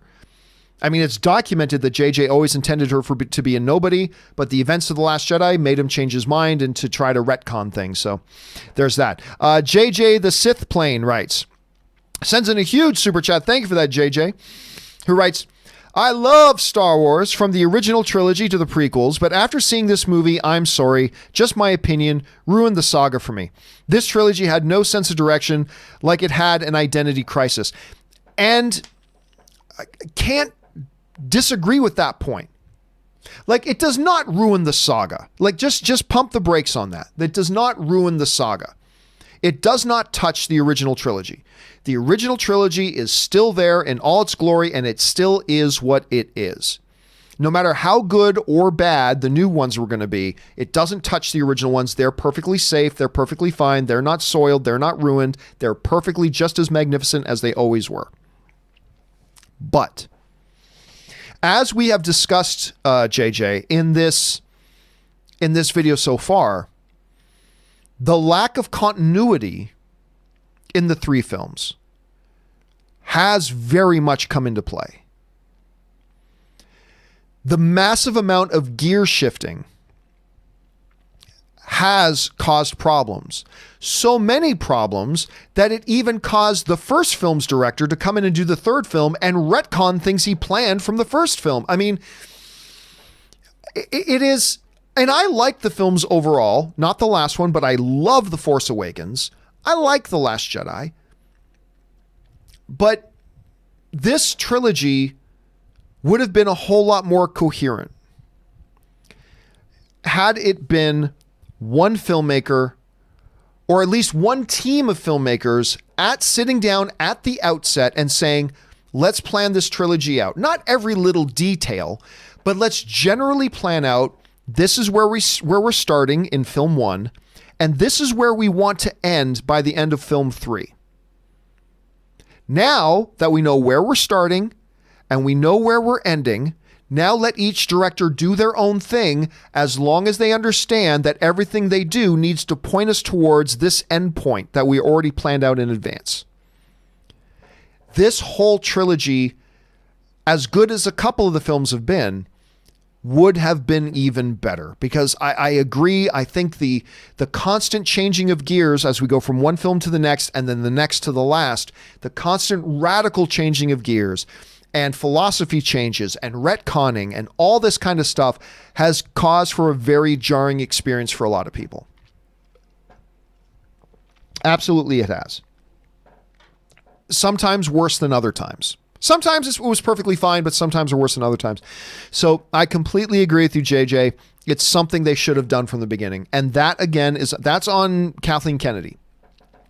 Kathleen Kennedy needed to act more like the head of the studio instead of the producer. As the producer, she wants to facilitate and equip and empower the directors to make their movies. But as the head of the studio, she should have had the overall vision put in place. She should have gathered J.J. Abrams, Rian Johnson, Pablo Hidalgo, whoever else. She should have gathered them all together for a month at a retreat and plotted out not all the details of every movie, but what's our starting point and where do we want this to end. Now we just got to charge the directors to make their movies, but making sure that they're heading towards this ending. And if they had done that, I think we would have had a much better and a much more coherent new trilogy of films. It just would have worked better for most people, I think. And I think that was the one fundamental mistake that caused a lot of problems that probably they could have corrected. Again, The Force Awakens was awesome. I love The Force Awakens. It's fantastic. It's my favorite Star Wars movie outside of the original trilogy. But it would have been served better if they knew where they were going right from the beginning. Jay Bling writes, I'm guessing since I'm posting before the show airs that you didn't like these two things. One, Rey Palpatine, and two, Kylo's redemption. The Rey Palpatine thing, though, again, I'll repeat, is one that worked. I didn't want them to do it, but it worked fine. I had no problem with it. Again, it was a massive retcon from what JJ originally planned. But still, I have to be honest, I'd like to sit here and say, it sucked, and I always told you it would suck if they did that. But the reality is, it worked fine. It did. I thought it was a mistake. I don't think they should have gone that way. But if I'm going to be honest, it really wasn't a problem. For me, it wasn't a problem. There are other things that were problems, but that wasn't a problem, and it actually worked fine for me. Then Kylo's redemption is the opposite. Again, it's something I didn't think they would do and I didn't want them to do. But unlike Rey Palpatine, this one didn't work for me. They executed the Rey Palpatine in such a way that it was fine and that it worked, but they executed the Kylo's redemption thing that to me completely did not work and felt really bad and really forced. So one was okay, one was not so okay. So that's how I'm coming down on that. JJ the Sith Plane writes, the vision of George making Anakin, the chosen one, ending the Sith, just went straight to the toilet after this movie. Not at all. You're 100% wrong on that. I had so many questions after watching this movie that when I entered, just my opinion. Well, that's fine too. They can enter with more questions than you had, but I've already well established about why nothing that has happened in these movies at all touches the legacy of what Anakin did in Return of the Jedi. Not at all. Anakin did exactly what he needed to do, and it brought about the end of the Empire and brought about decades of peace and justice in the galaxy. Brought about decades of peace and justice in the galaxy. And none of that was touched. Just because sometime decades later evil rises again and new heroes are going to have to confront them, that doesn't undo what he did in Return of the Jedi. So I 1000% disagree with that assessment. I do. However, JJ, the notion that this movie leaves you with more questions than it answers, I can't disagree with you on that. On that point, I think you and I are in pretty good alignment on that one. All right, Zach Bartran writes, my friend turned to me and said, did that Han Solo and Ben scene seem familiar to you? I said, yeah, because Chris Terrio wrote a similar scene in Batman vs. Superman with Superman and his dad. That's true too. Actually, that's a really good observation. That's exactly the same scene as Superman had with his dad. His dad wasn't really there. It was just a figment of Superman's imagination seeing it, because obviously Pa Kent was not a Force ghost. That's great. But it was also similar, Zachary, because it's the exact same scene they did in The Force Awakens, except it was actually a live physical Han, and the conversation went a different way. Same lines and everything. I know what I have to do, but I don't know if I have the strength to do it. Son put his hand on his face just like he did, except now he'd already turned to the good side and all that kind of stuff. But that is a really good observation. That's a good observation, Zach. It is a direct duplicate, if you will, of the scene from Batman versus Superman with Clark up in the mountains. That's a good observation, man. You're bang on the money on that.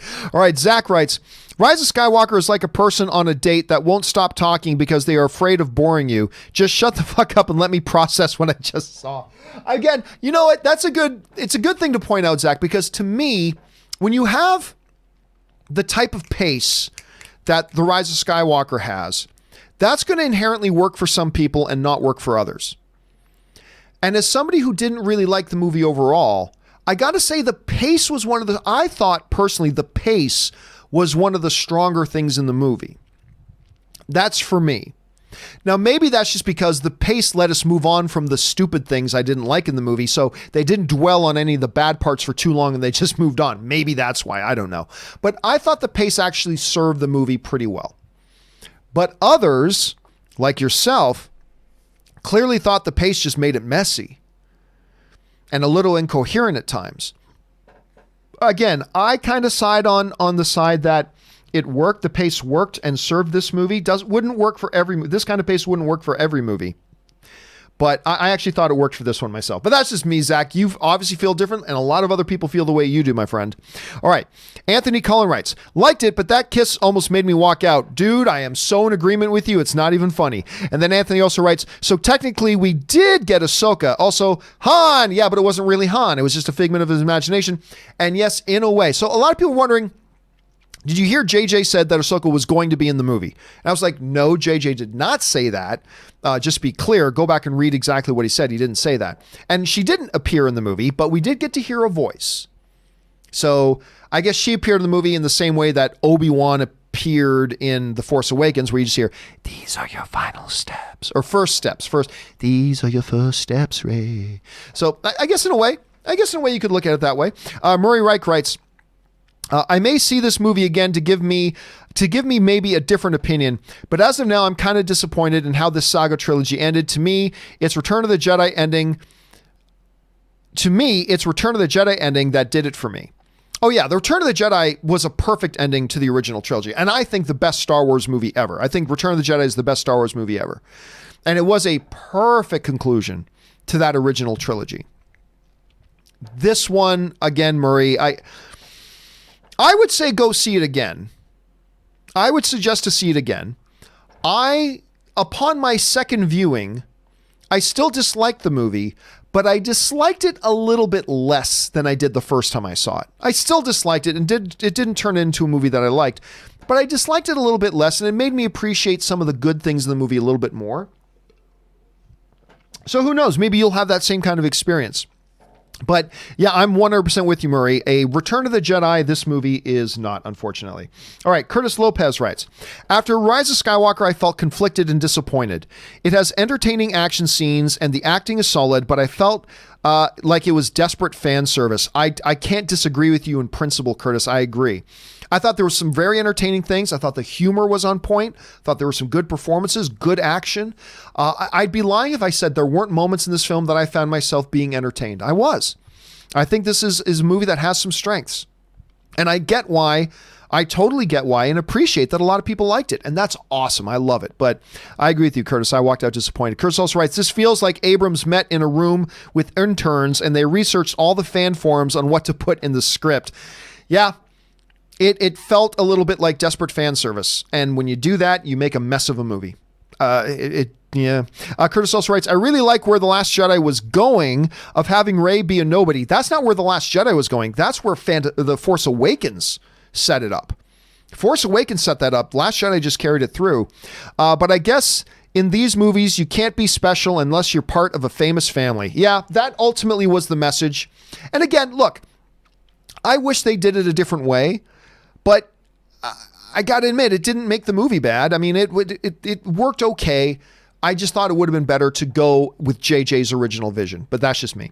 Curtis also writes, so who was drunk enough to pork Palpatine? I know, right? It's like, who's having sex with Palpatine? And also, Resistance fleet showing up felt very endgame. Yeah, but let's not pretend. Again, there are a bunch of people who are pretending like certain things in Endgame were created by Endgame. Lots and lots of movies have done oh, look, a big army shows up at the end to save us. I mean, they did it in Lord of the Rings. They've done it in plenty of movies, plenty of different times throughout cinematic history. Let's not pretend like Endgame was the first people to come up with that. Wicked Man writes, man, Leia really screwed Kylo in the fight. She made Kylo stop before he killed Rey. I mean, she distracted him. That's all she did. Bad Mom, saber to the gut. I mean, yeah. She really did screw him over there. She decided to save Rey. Like, I don't know if she thought she was trying to reach her son or she's trying to save Rey. I don't know. That's a big thing because Maz says she needs to reach her son, but all she really did was provide a quick distraction so Rey could stab him in the belly with the old lightsaber that she then healed him. But yeah, she did a number on him. Curtis writes, but Reylo shippers are happy, so forced I groaned. I groaned too, but you're right. There were a lot of Reylo shippers who were very happy, Curtis. Who also writes, so Chewie got this medal twice. Remember in the canon comics, Chewie did get a medal on Yavin 4, even went there with fan service. Again, don't count anything anymore as being canon. They violated and contradicted so much canon outside of the movies, like in the novels and everything. There's no point in even considering that stuff canon anymore. A lot of it is consistent with the movies, but they've just became so inconsistent with the comics and the novels now, I don't even worry about it. So to me, in the movie world, which is the real canon, Chewie just got his medal. So that's the only time he really got it. Curtis also writes, so the voices Rey heard were Anakin, Obi-Wan, Luke, Leia, Mace Windu, Qui-Gon, Yoda, and even Kanan and Ahsoka. That's apparently, yeah, which is a big list.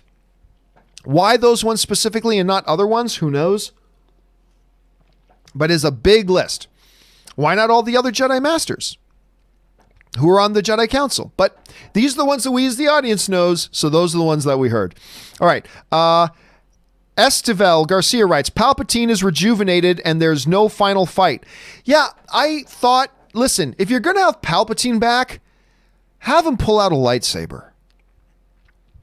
Really, the big final fight with Palpatine is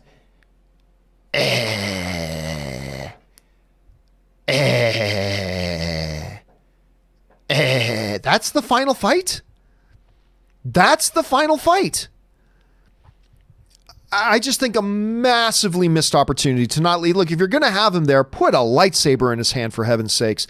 Ashton C. writes, I love the movie, thought it was super fun, which is what I want from a movie about space wizards. I concede plot was ridiculous, even for Star Wars standards, but somehow still more coherent than a certain other big action blockbuster that released this year. And listen, that's the most important thing, Ashton. You enjoyed the movie, and that's what movies are for. They're for us to enjoy.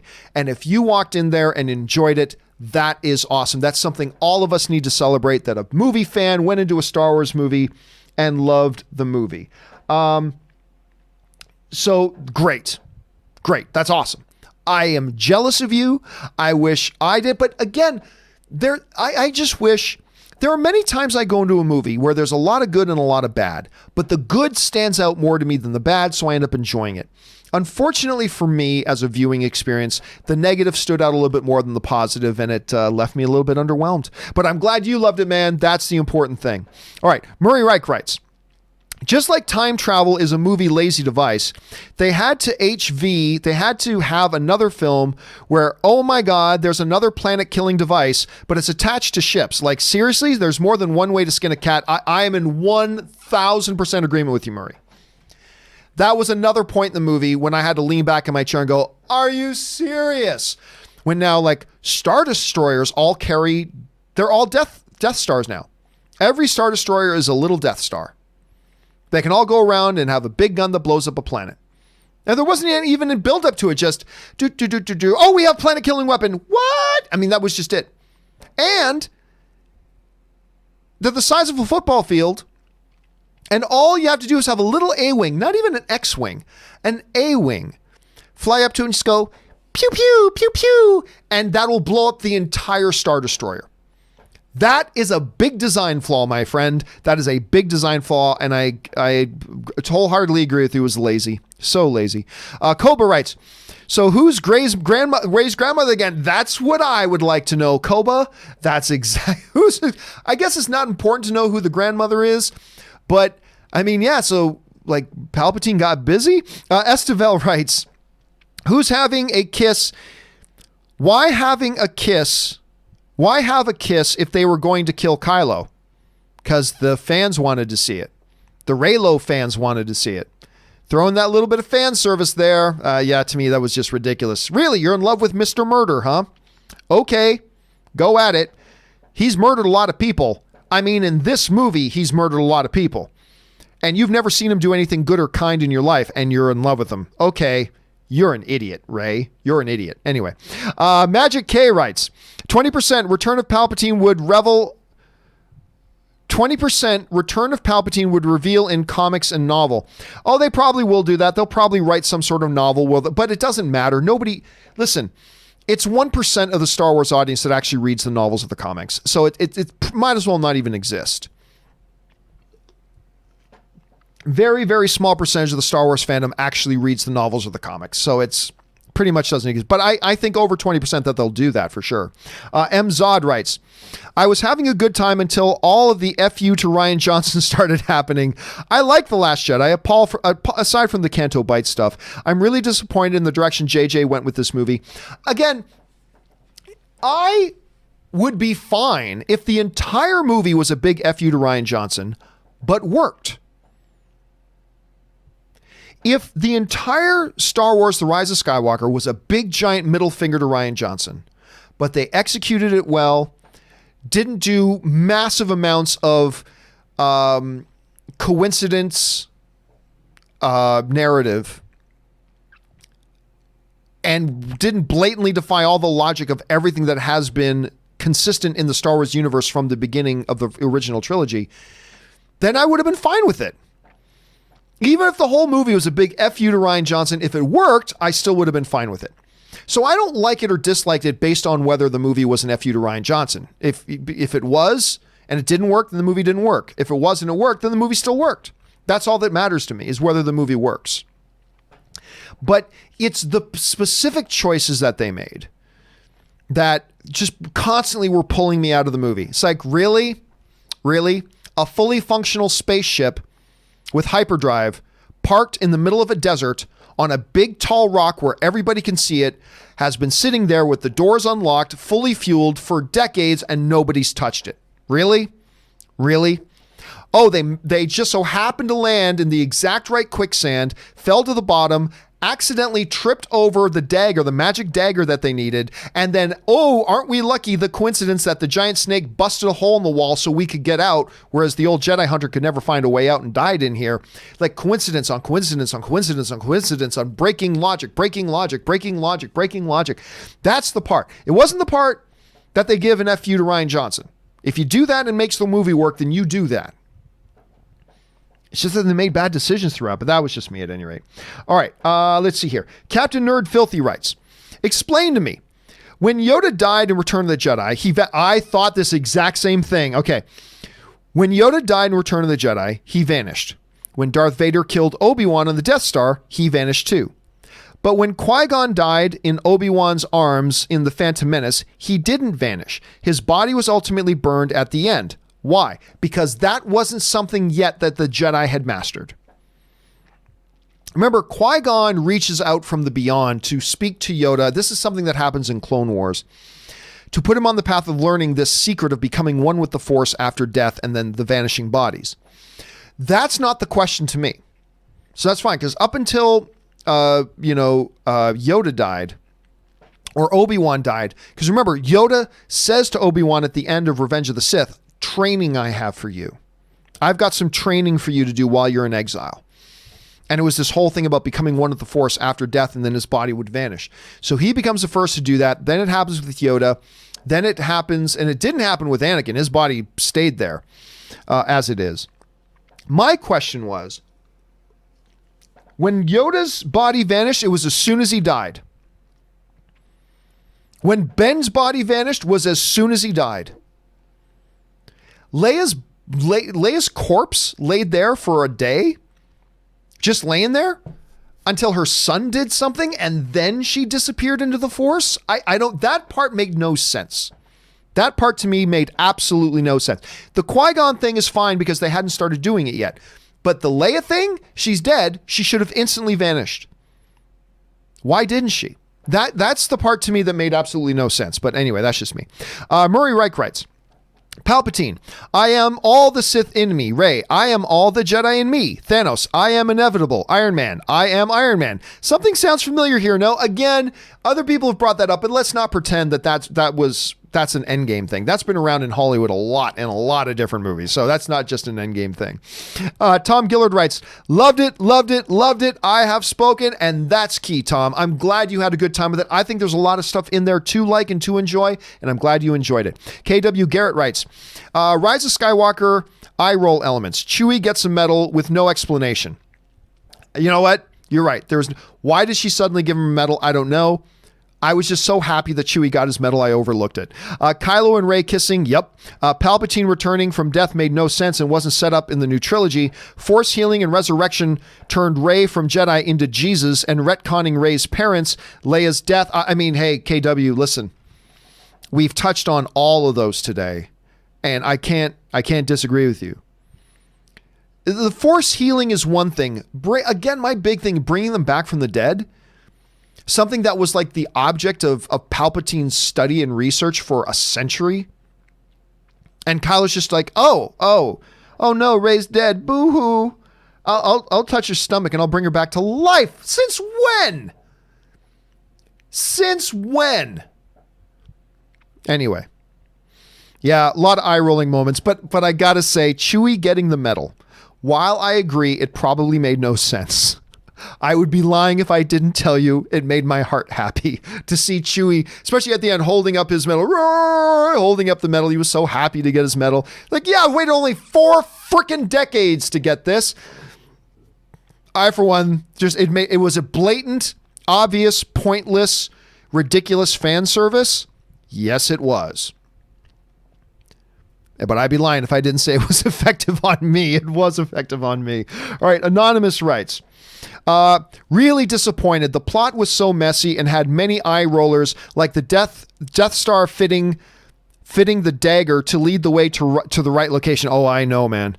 Emperor stuff was weird and felt rushed, like Ben and Rey teaming up, and through the voices of the Jedi past. Hey, listen to me again.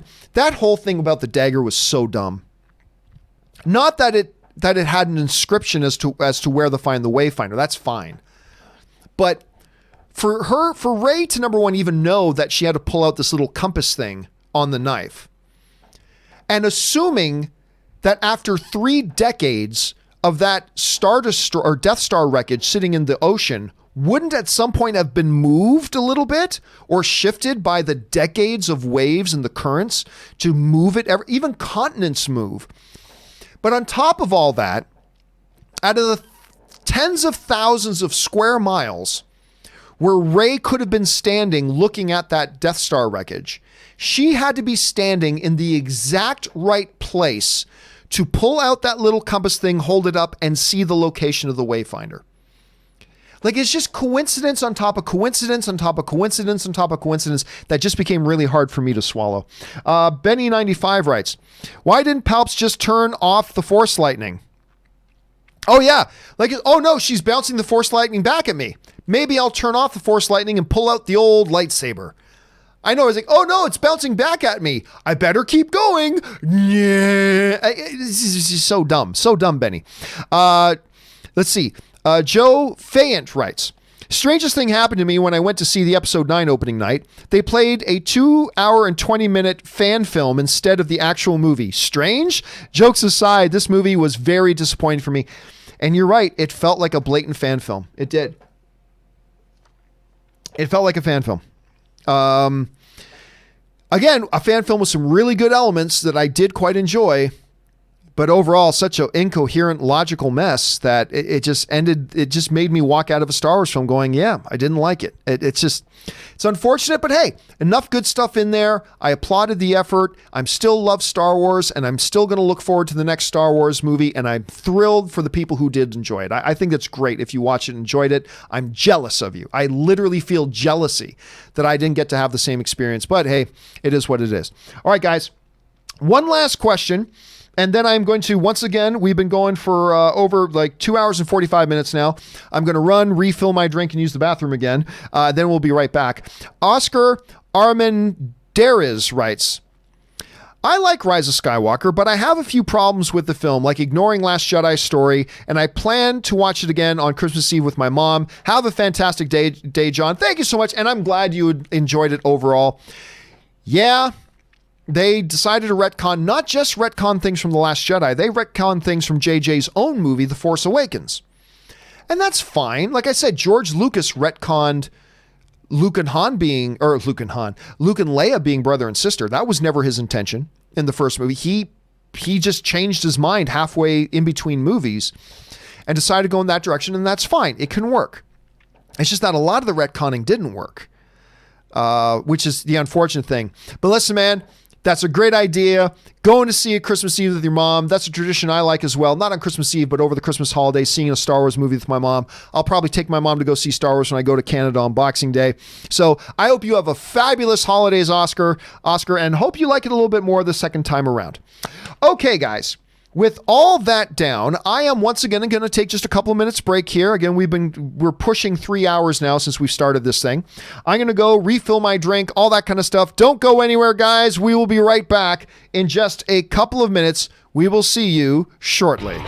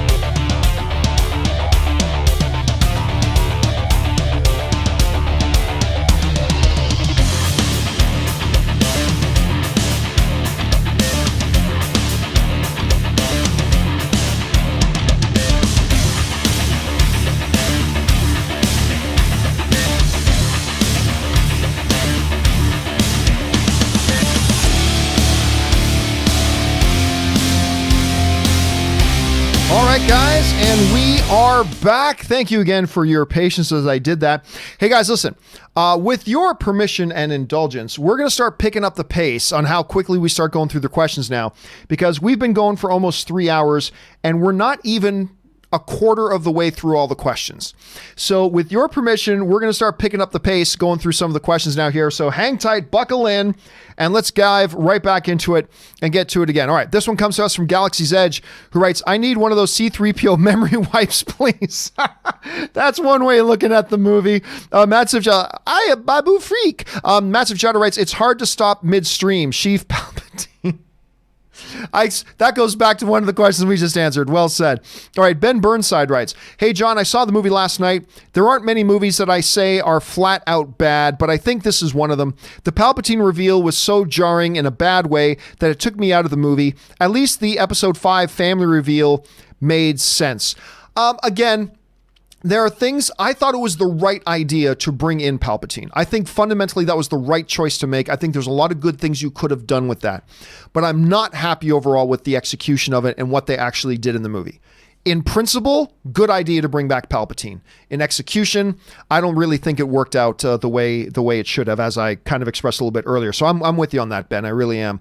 Oscar Armendariz writes, hello, John. After Rey kisses Kylo Ren, I started to feel jealous, maybe because she is my favorite character or maybe because I found her cute. Hey, listen, Daisy Ridley is a phenomenally beautiful, beautiful person.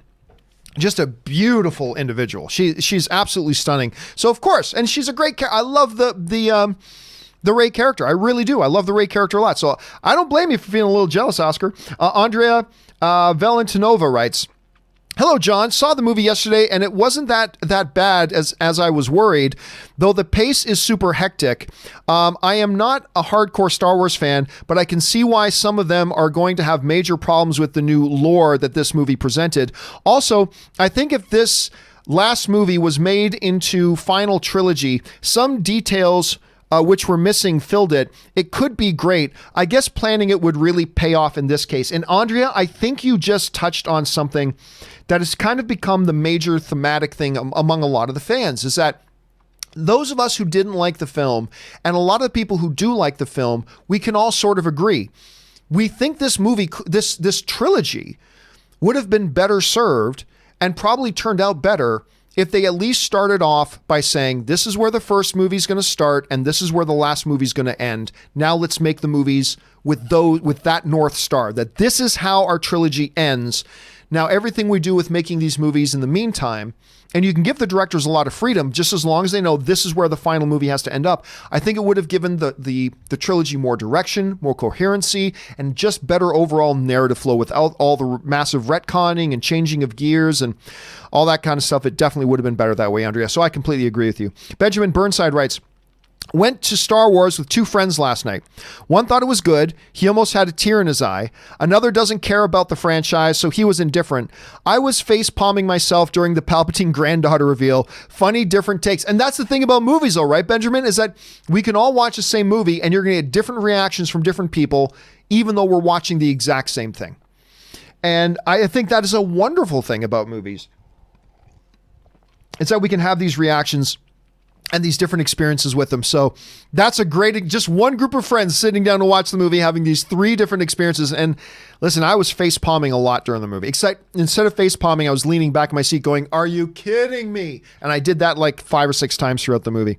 All right. Anonymous just sent in a tip just to support the channel. Thank you, Anonymous. Appreciate that. Humanity Never Learns writes, every Skywalker is dead. Palpatine bloodline won. I guess you can look at it that way. Anne, who is a big fan of Palpatine, she chooses to look at it that way as well. Mandalorian of Gondor writes, hi, John. With the Skywalker saga now complete and George Lucas's vision achieved, how would you rate the saga as a whole? Is it one of the best or worst stories put to screen? And how do you think it will be perceived 10 to 20 years from now? Thanks. I don't look at it as one giant saga. I'll be honest with you. I look at it as 3 separate trilogies. And I have very different feelings about all 3. Much like we don't look back at Lord of the Rings and look at it as one giant saga with the 3 Hobbit films. We look at those as 2 different things. There's the original Lord of the Rings trilogy. There's the Hobbit films. Yes, they're all connected, and yes, they're all part of the same cinematic universe, but we see them as separate things. I don't look at the saga as one big thing.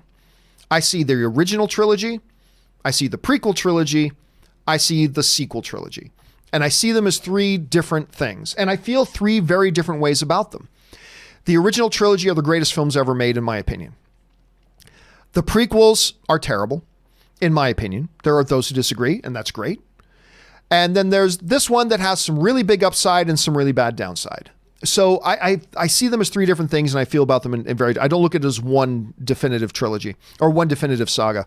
Patrick writes, having now seen The Rise of Skywalker, I can honestly say I like every individual sequel movie better than any individual prequel movie. However, and I never thought I would say this, but I think that as a trilogy, the prequels actually work better for me because there was a clear plan from the start of where the story would go.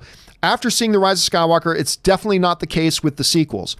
Was this one of the big mistakes done by Kathleen Kennedy by not planning this out properly from the start? What do you think? And again, if you've been watching the show up until this point, or the stream up to this point, I 1000% agree. That is something that I think people who do not like the movie and who do like the movie can all agree on. Kathy Kennedy made the decision to approach these sequels as a producer. And she is one of the greatest producers in the history of Hollywood. But as a producer, her philosophy is to empower and facilitate and help the director bring their vision to the screen, instead of approaching it like the head of a studio, saying we need a coherent plan of all three films and then tell the directors which direction they need to go. Still bringing their own individuality and their own flair to each film, but making sure they understand there's a certain direction they need to head in, much like Kevin Feige does with the MCU. And I think we've established really well here today, Patrick, that absolutely would have been the best thing. And that is one thing that the prequels does do better than these sequels does. They at least had one coherent story plan. Did a lot of bad things in there, but at least they had that, and that's something that would have served the new films well. Disney Milk Machine writes, the leaks were true, all of them. Well, no, most of them were bullshit. But all the leaks were there. But they were also intermixed with a lot of bullshit stuff as well. But hey, again, not surprised that they're out. Thousands of people work on these movies who all have telecommunication devices in their pocket. I'm just surprised more leaks don't come out. Django19 writes, after watching it a second time, I noticed that Kylo didn't have the scar on his face when he's fighting Rey and talking to Han Solo. Did you notice it? I did not. And I've seen the movie 3 times. Here's my guess, Django. If you're right, and the scar is gone, my guess is, and it's just a guess because I haven't noticed this before, is that when she healed him from his lightsaber wound, that his scar healed as well. I don't know that for sure. Like I said, I didn't even notice it before. But now that you're mentioning it, my assumption would be that when she did the force heal on him for the wound, it healed his scar as well. That's my guess. The Pop Culture Crocheter writes, I liked it, but it's messy. Parts felt like Abrams had a story he couldn't bring himself to tweak a bit after The Last Jedi, so the movies were more cohesive. I agree.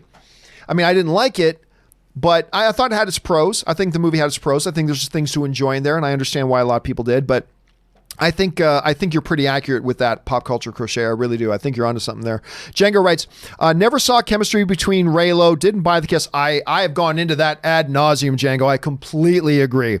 Mr. Murder, I love you. Okay, that's sure. Why not? Go for it. Django19 also writes, Emperor, I am all the Sith. Rey, and I am Iron Man. Was I the only one that thought of Endgame when that happened? Not a con, but funny. No, we were talking about that earlier, Django. We were totally talking about that earlier as well, that it did kind of feel like that a little bit for sure. Again, that's not something that originated with Endgame, but it did feel like, and I am Iron Man. It does kind of feel like she was about to say that, doesn't it? Chris Parker writes, look at her history. Kathleen Kennedy has had little experience producing films connected in a series. Mostly it's been one-off films or sequels that aren't tightly connected story-wise. I loved 7 and 9, liked 8, but even I can't help but wish that there had been more cohesive roadmap. Now that we're at the end of the trilogy, was Kathleen Kennedy really the right person to helm this? It's always difficult in hindsight. This is what I'm going to say. I think this, and I know a lot of people are going to disagree with me, and that's fine. I think Kathleen Kennedy was the right person, but she decided to go about it the wrong way, if that makes sense. I think Kathleen Kennedy was the right person. Remember, she was handpicked by George Lucas. Everybody likes to conveniently forget that. Kathleen Kennedy was handpicked by George Lucas to run Lucasfilm. I think she was the right person to do it. However, I believe she chose wrong in how she was going to approach it. She chose to approach it as a producer instead of approaching it as the head of a studio. She chose to want to empower and embolden the directors to do whatever they wanted to do without choosing to have the philosophy of a studio head and thinking, no, we need to set the overall direction for this thing and then let the directors go and carry the ball after we set the direction. So she was the right person, but she made the wrong decision once she got in there. And that's how I feel about that. And I stand by that. I really do. I think there's very, very good evidence to say that that's true. She was the right person, but she made the wrong choice. And it unfortunately kind of unraveled the way that it is. It just kind of came across the way that it did. And I think just one simple decision is all it would have taken for Kathleen Kennedy at the beginning, as they were getting ready to start, planning out new Star Wars films, to say, let's gather the directors that we want. Let's gather the writers that we want. Let's sit down in a room for a week or a month. Let's go to a retreat for a week or a month and figure out, where do we want this new trilogy to start and where do we want the final film to end? Now that we've got these two key road points, the beginning and the end, we can let the directors loose to go in there and do their thing with their movies, knowing what direction they need to be heading towards. Kathleen Kennedy was the right person. She made the wrong choice. And if she just did that one simple choice, I'm not saying it would have made these movies the greatest movies of all time. By no means am I saying that. By no means am I suggesting that. But what I am suggesting is that I think it would have taken these movies, however good or bad you think they are, and made them better. And I think it just would have taken that one simple choice. Anyway, Django writes, how did Rey get a new saber? Look like a staff combo. Well, remember, she had been training for a long time and reading all the Jedi texts, and we don't know how long after the battle at Exegol that the final scene on Tatooine happened. It could have been a year. It could have been 6 months. It could have been 2 months. But she had all the Jedi texts. She probably built her own lightsaber. She decided it was time to start her own legacy and build her own saber. So that's how she did it. Which every Jedi needs to do. Every Jedi needs to build their own saber. She built her own saber. Kung Fu Hot Dog, I like that name, writes, hey, John, big fan from the London, UK. Thank you so much for writing that in, Kung Fu Hot Dog. Question. When Rey says to Palpatine, and I am all of the Jedi, did that not remind you, here we go again, did that not remind you of Tony Stark's, and I am Iron Man in Endgame? That's just lazy writing. No, it's not lazy writing. It's just because it felt like it. By the way, again, it's not like Endgame was the first thing to have a hero go, and I am something. It's been around a long time. Endgame did not come up with that. Okay, let's just be clear. Not Endgame, but yeah, Endgame did not come up with that. The first Iron Man film did not come up with that.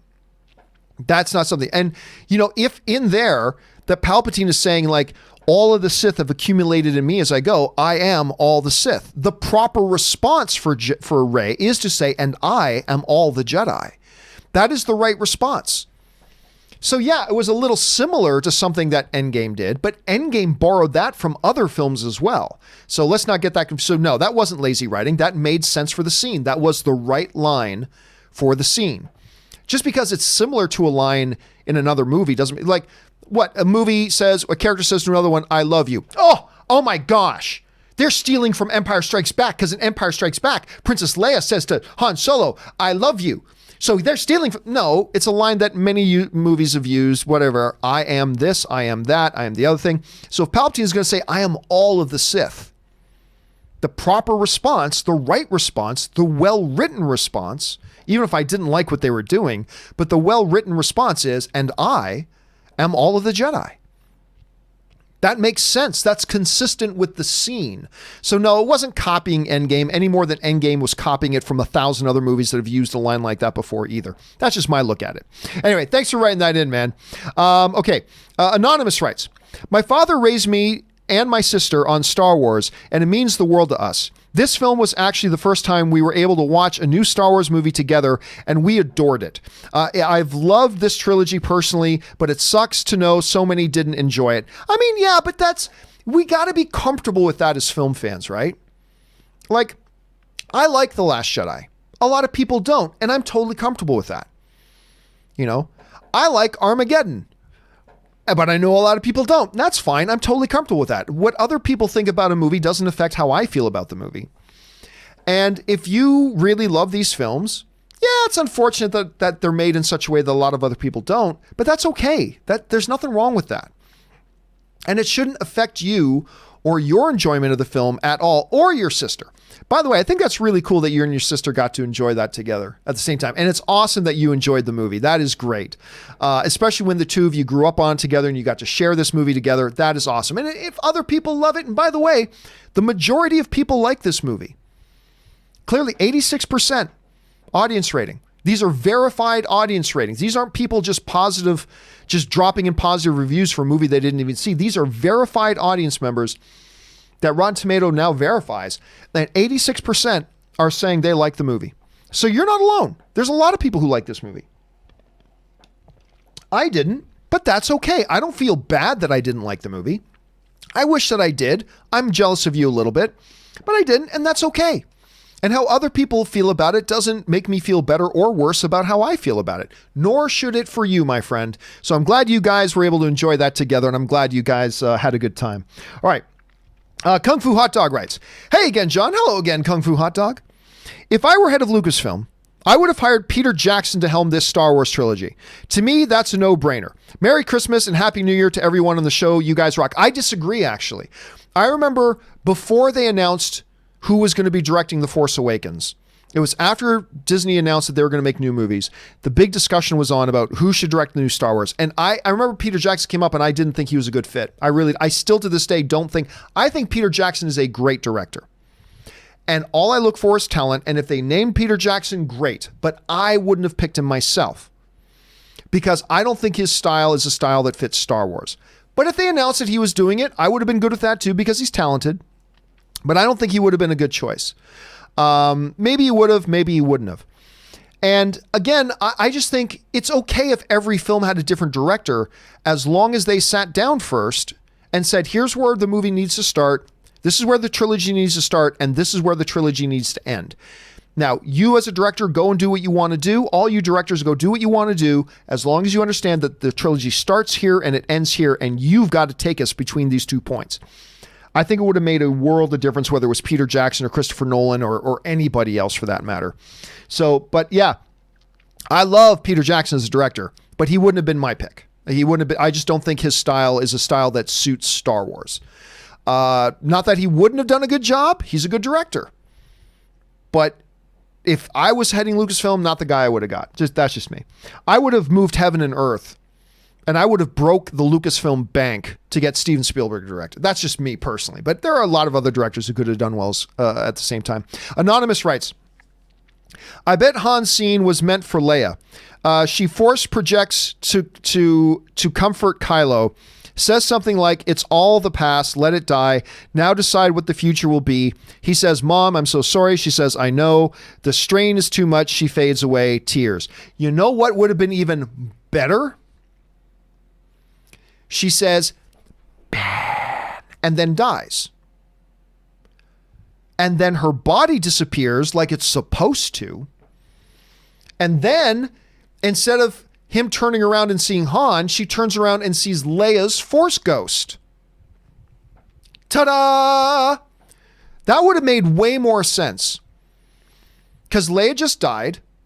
So when he turns around after, Rey leaves in his TIE fighter, he's been healed. He's standing there now looking out at the ocean and hears, hey kid, and turns around and it's his dad, an imaginary vision of his dad in his head. Instead, he turns around and sees Leia's Force ghost. And then Leia has that conversation with him. My God, that would have made a lot more sense. That would have made a lot more sense. That's just my take on it, but I think it would have made a lot more sense. All right. The Sock writes, screw the MCU and DCEU. It's all about the Playmobil cinematic universe.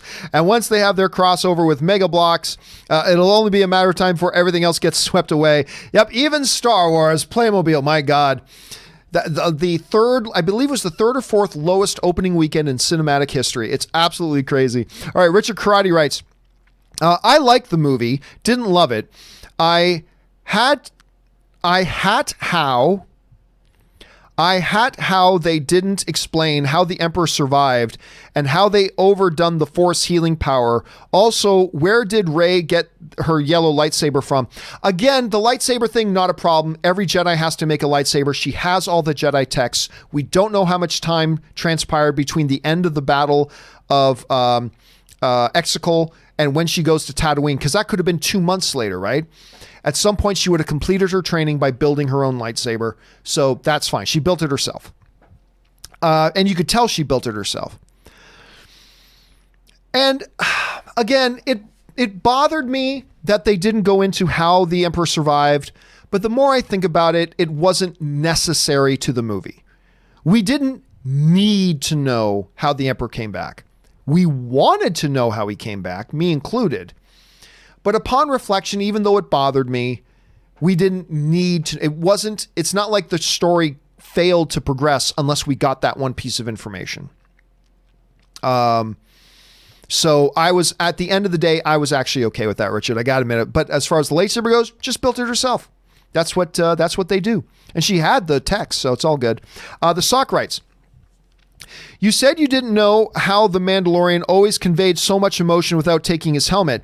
To me, inflection, if done right, can be more powerful than facial expressions, and even more so than that body language. I disagree. I don't think they can. I think the face, the eyes, they say in drama, are the windows of the soul. They do not communicate nearly as much as the face does. I just firmly believe that. The eyes are, everything is done with the face and the eyes. But where I agree with you in Mandalorian is that just because the face is the most expressive thing that communicates, there are other tools to do it. And oh my God, they use them in Mandalorian, they use them to the best of the ability, the inflection, the body language, all that kind of stuff. None of that compares to what you can do with the face. But the fact that you're going into it without his face and just doing it with those things is a mighty, mighty feat. And one of the really impressive things about that show. JB Bonifacio writes, in my opinion, Reylo is the best part of the whole trilogy.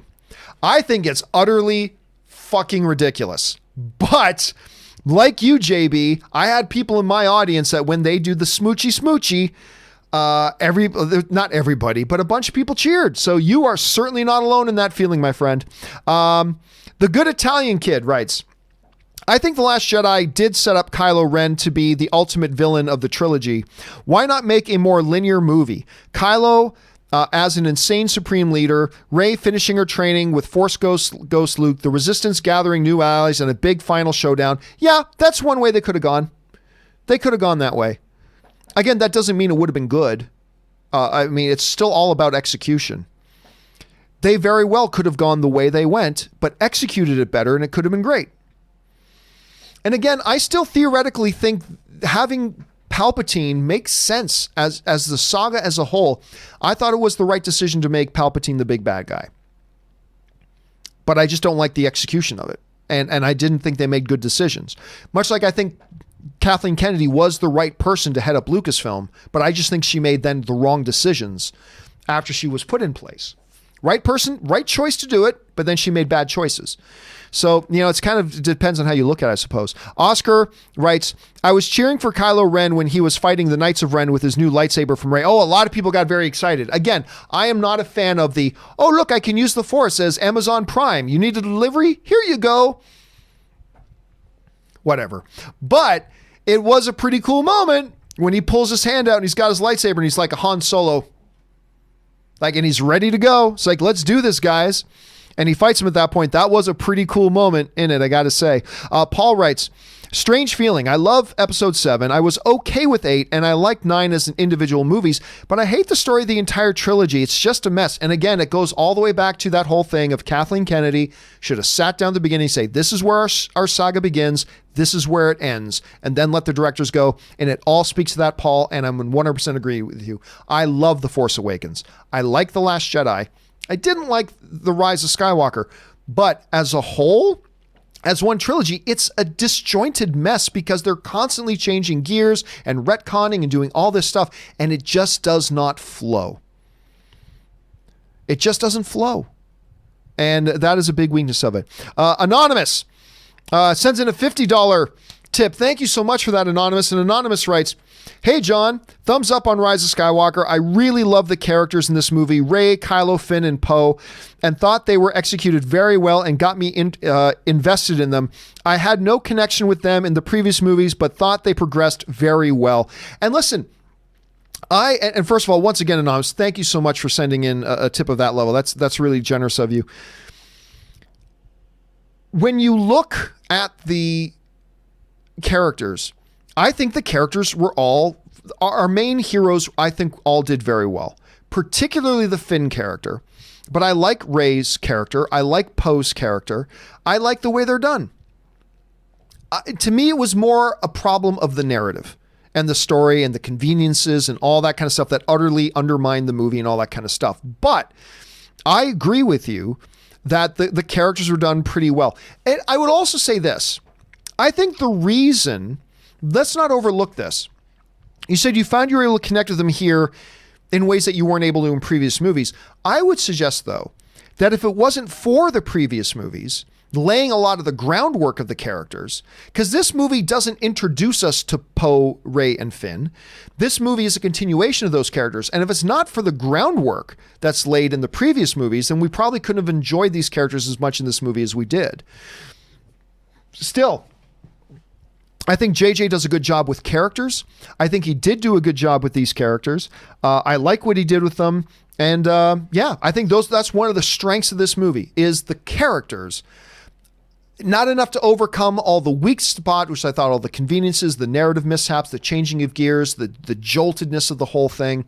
But still, there are a lot of positives. And I think the character work, particularly Finn, who I'm really impressed by what they did with Finn in this movie. I agree that those were big things as well. So I'm glad you enjoyed it, Anonymous. And again, thank you for supporting the channel on that level. I really, really appreciate it. All right, guys. Hey, I'm going to let you know, we've been going almost 3.5 hours now. My voice is starting to give out. So I'm going to keep going about this. I'm going to keep going as much as I can here. I'm going to keep going as long as I can. But I don't know how much longer I've got. So we're going to have a big honkin'. I'll probably get Rob to jump in and do a companion to this as well, so you guys can hear some of Rob's point of view as well.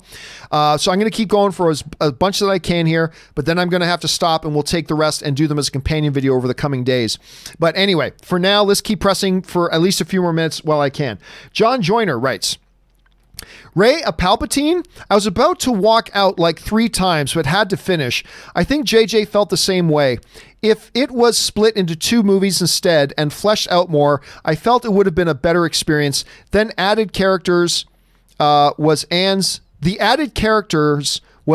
idea for more Hasbro toys, because most of them were underutilized and some not at all. Red Stormtroopers.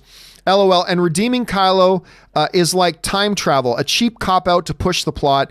And Rey, where did you find a yellow crystal and Luke from green to blue? Again, that's all stuff that wasn't necessary to have on screen. I mean, like I said, plenty of months could have transpired between the Battle of Exegol and when she goes to Tatooine. So she had plenty of time. And by the way, she had all the ancient Jedi tech. She would have had maps to go where to find more crystals and all that. So that's not a problem. A lot of the other stuff you're pointing out, though, I do agree with.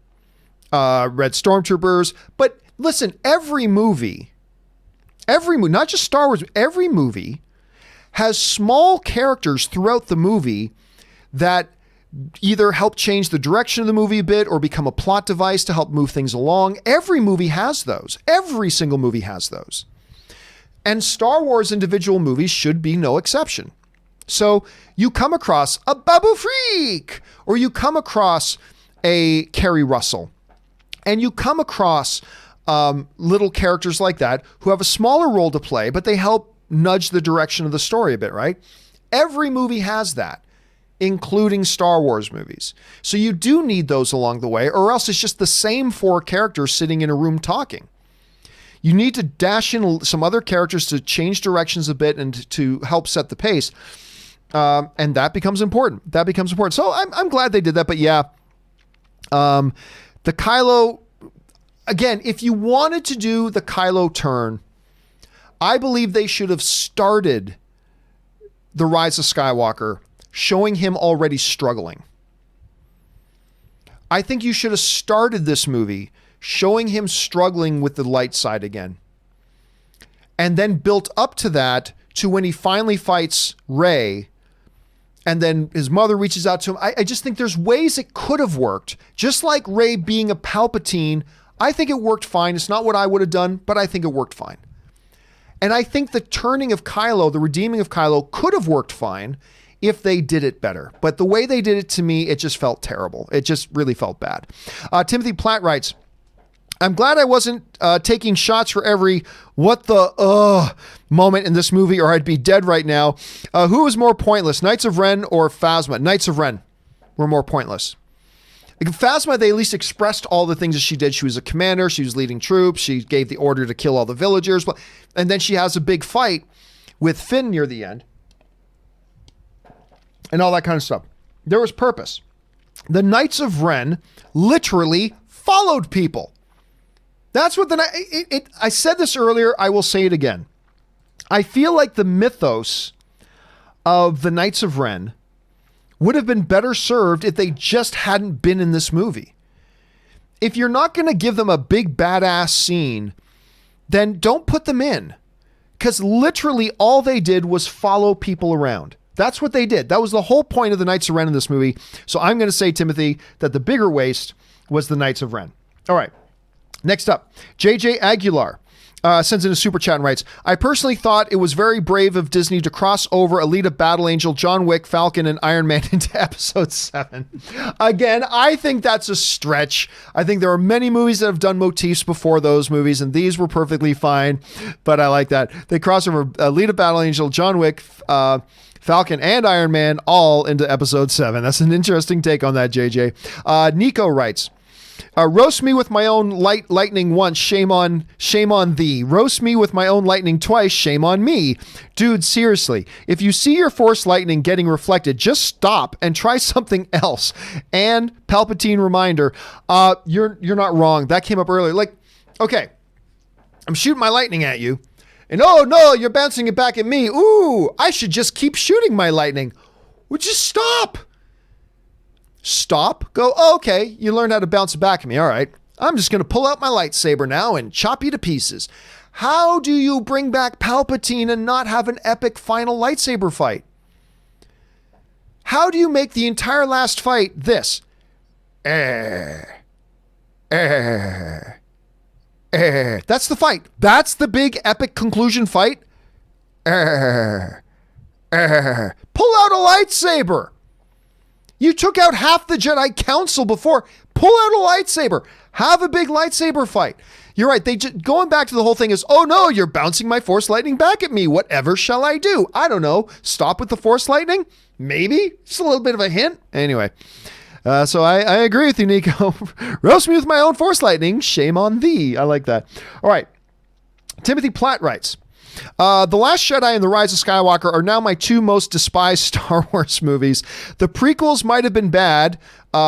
Revenge of the Sith was good. I don't agree. But at least they didn't outright annoy me and leave me frustrated right after watching it. I mean, it's all...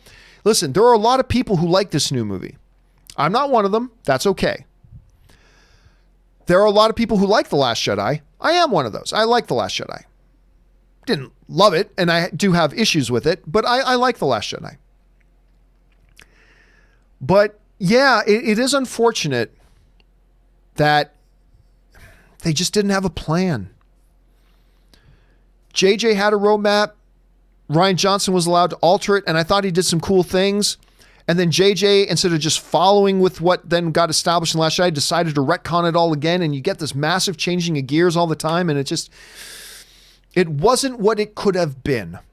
You know, I love The Force Awakens. I like The Last Jedi. I love Rogue One. I really enjoyed Solo, but I mean, you can't deny the divisiveness of The Last Jedi, even though I like it. You can't deny the divisiveness of it. And I just think it all would have gone a lot better had they gone into it with a plan. Here's our starting point. Here's our end point. Just something that simple.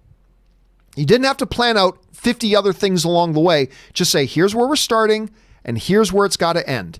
And that would have been the guiding North Star for all the storytelling for all three movies. And I think it would have worked out a hell of a lot better. A hell of a lot better than it did.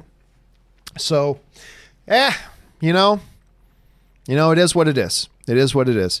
All right. Dylan Trost writes, as someone who likes 7 and 8, The Rise of Skywalker really let me down. Palpatine thrown carelessly into a movie that ultimately added nothing to the saga.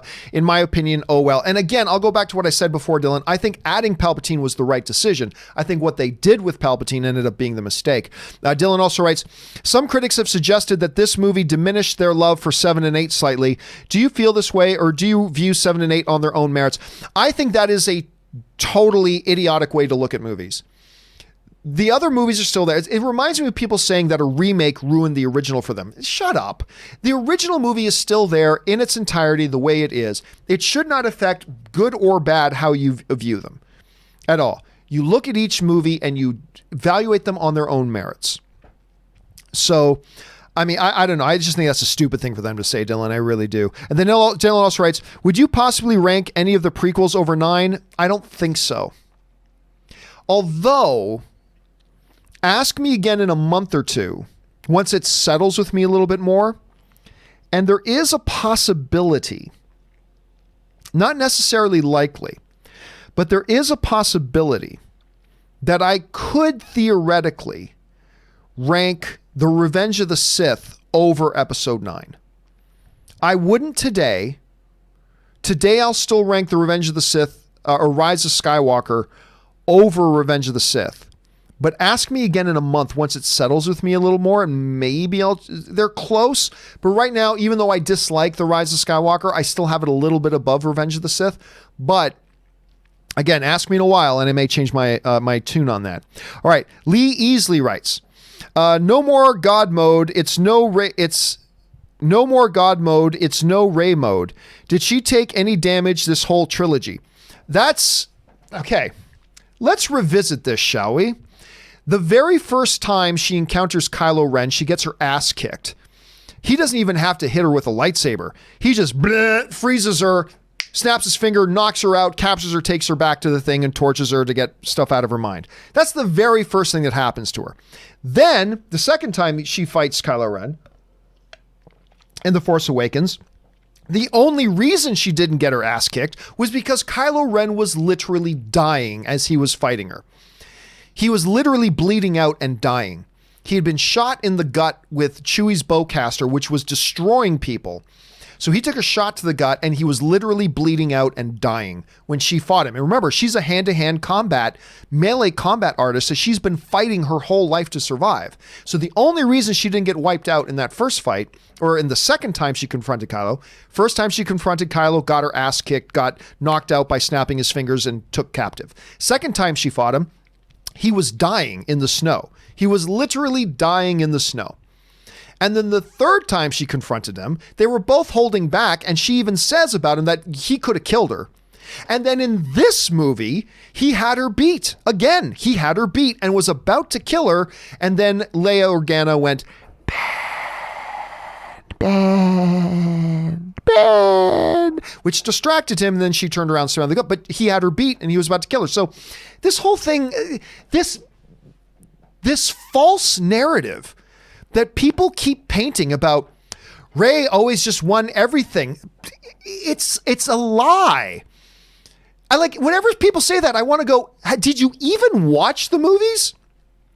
Their first confrontation, he snapped his fingers and knocked her out and took her prisoner and captive. And and tortured her, and she had to escape him. The second time they confronted each other, he was literally dying, and she still couldn't beat him. It was basically a draw, even though he was literally dying as he was trying to fight her out in the snow. Then in the following confrontation, he could have killed her, but didn't. And then in this movie, he had her beat and was about to kill her, but got distracted by Leia and didn't. So I don't know what movies you're watching. It's a very frustrating thing to me because I'm like, did you even watch the movies? And that's a frustrating thing for me, Lee, I gotta say.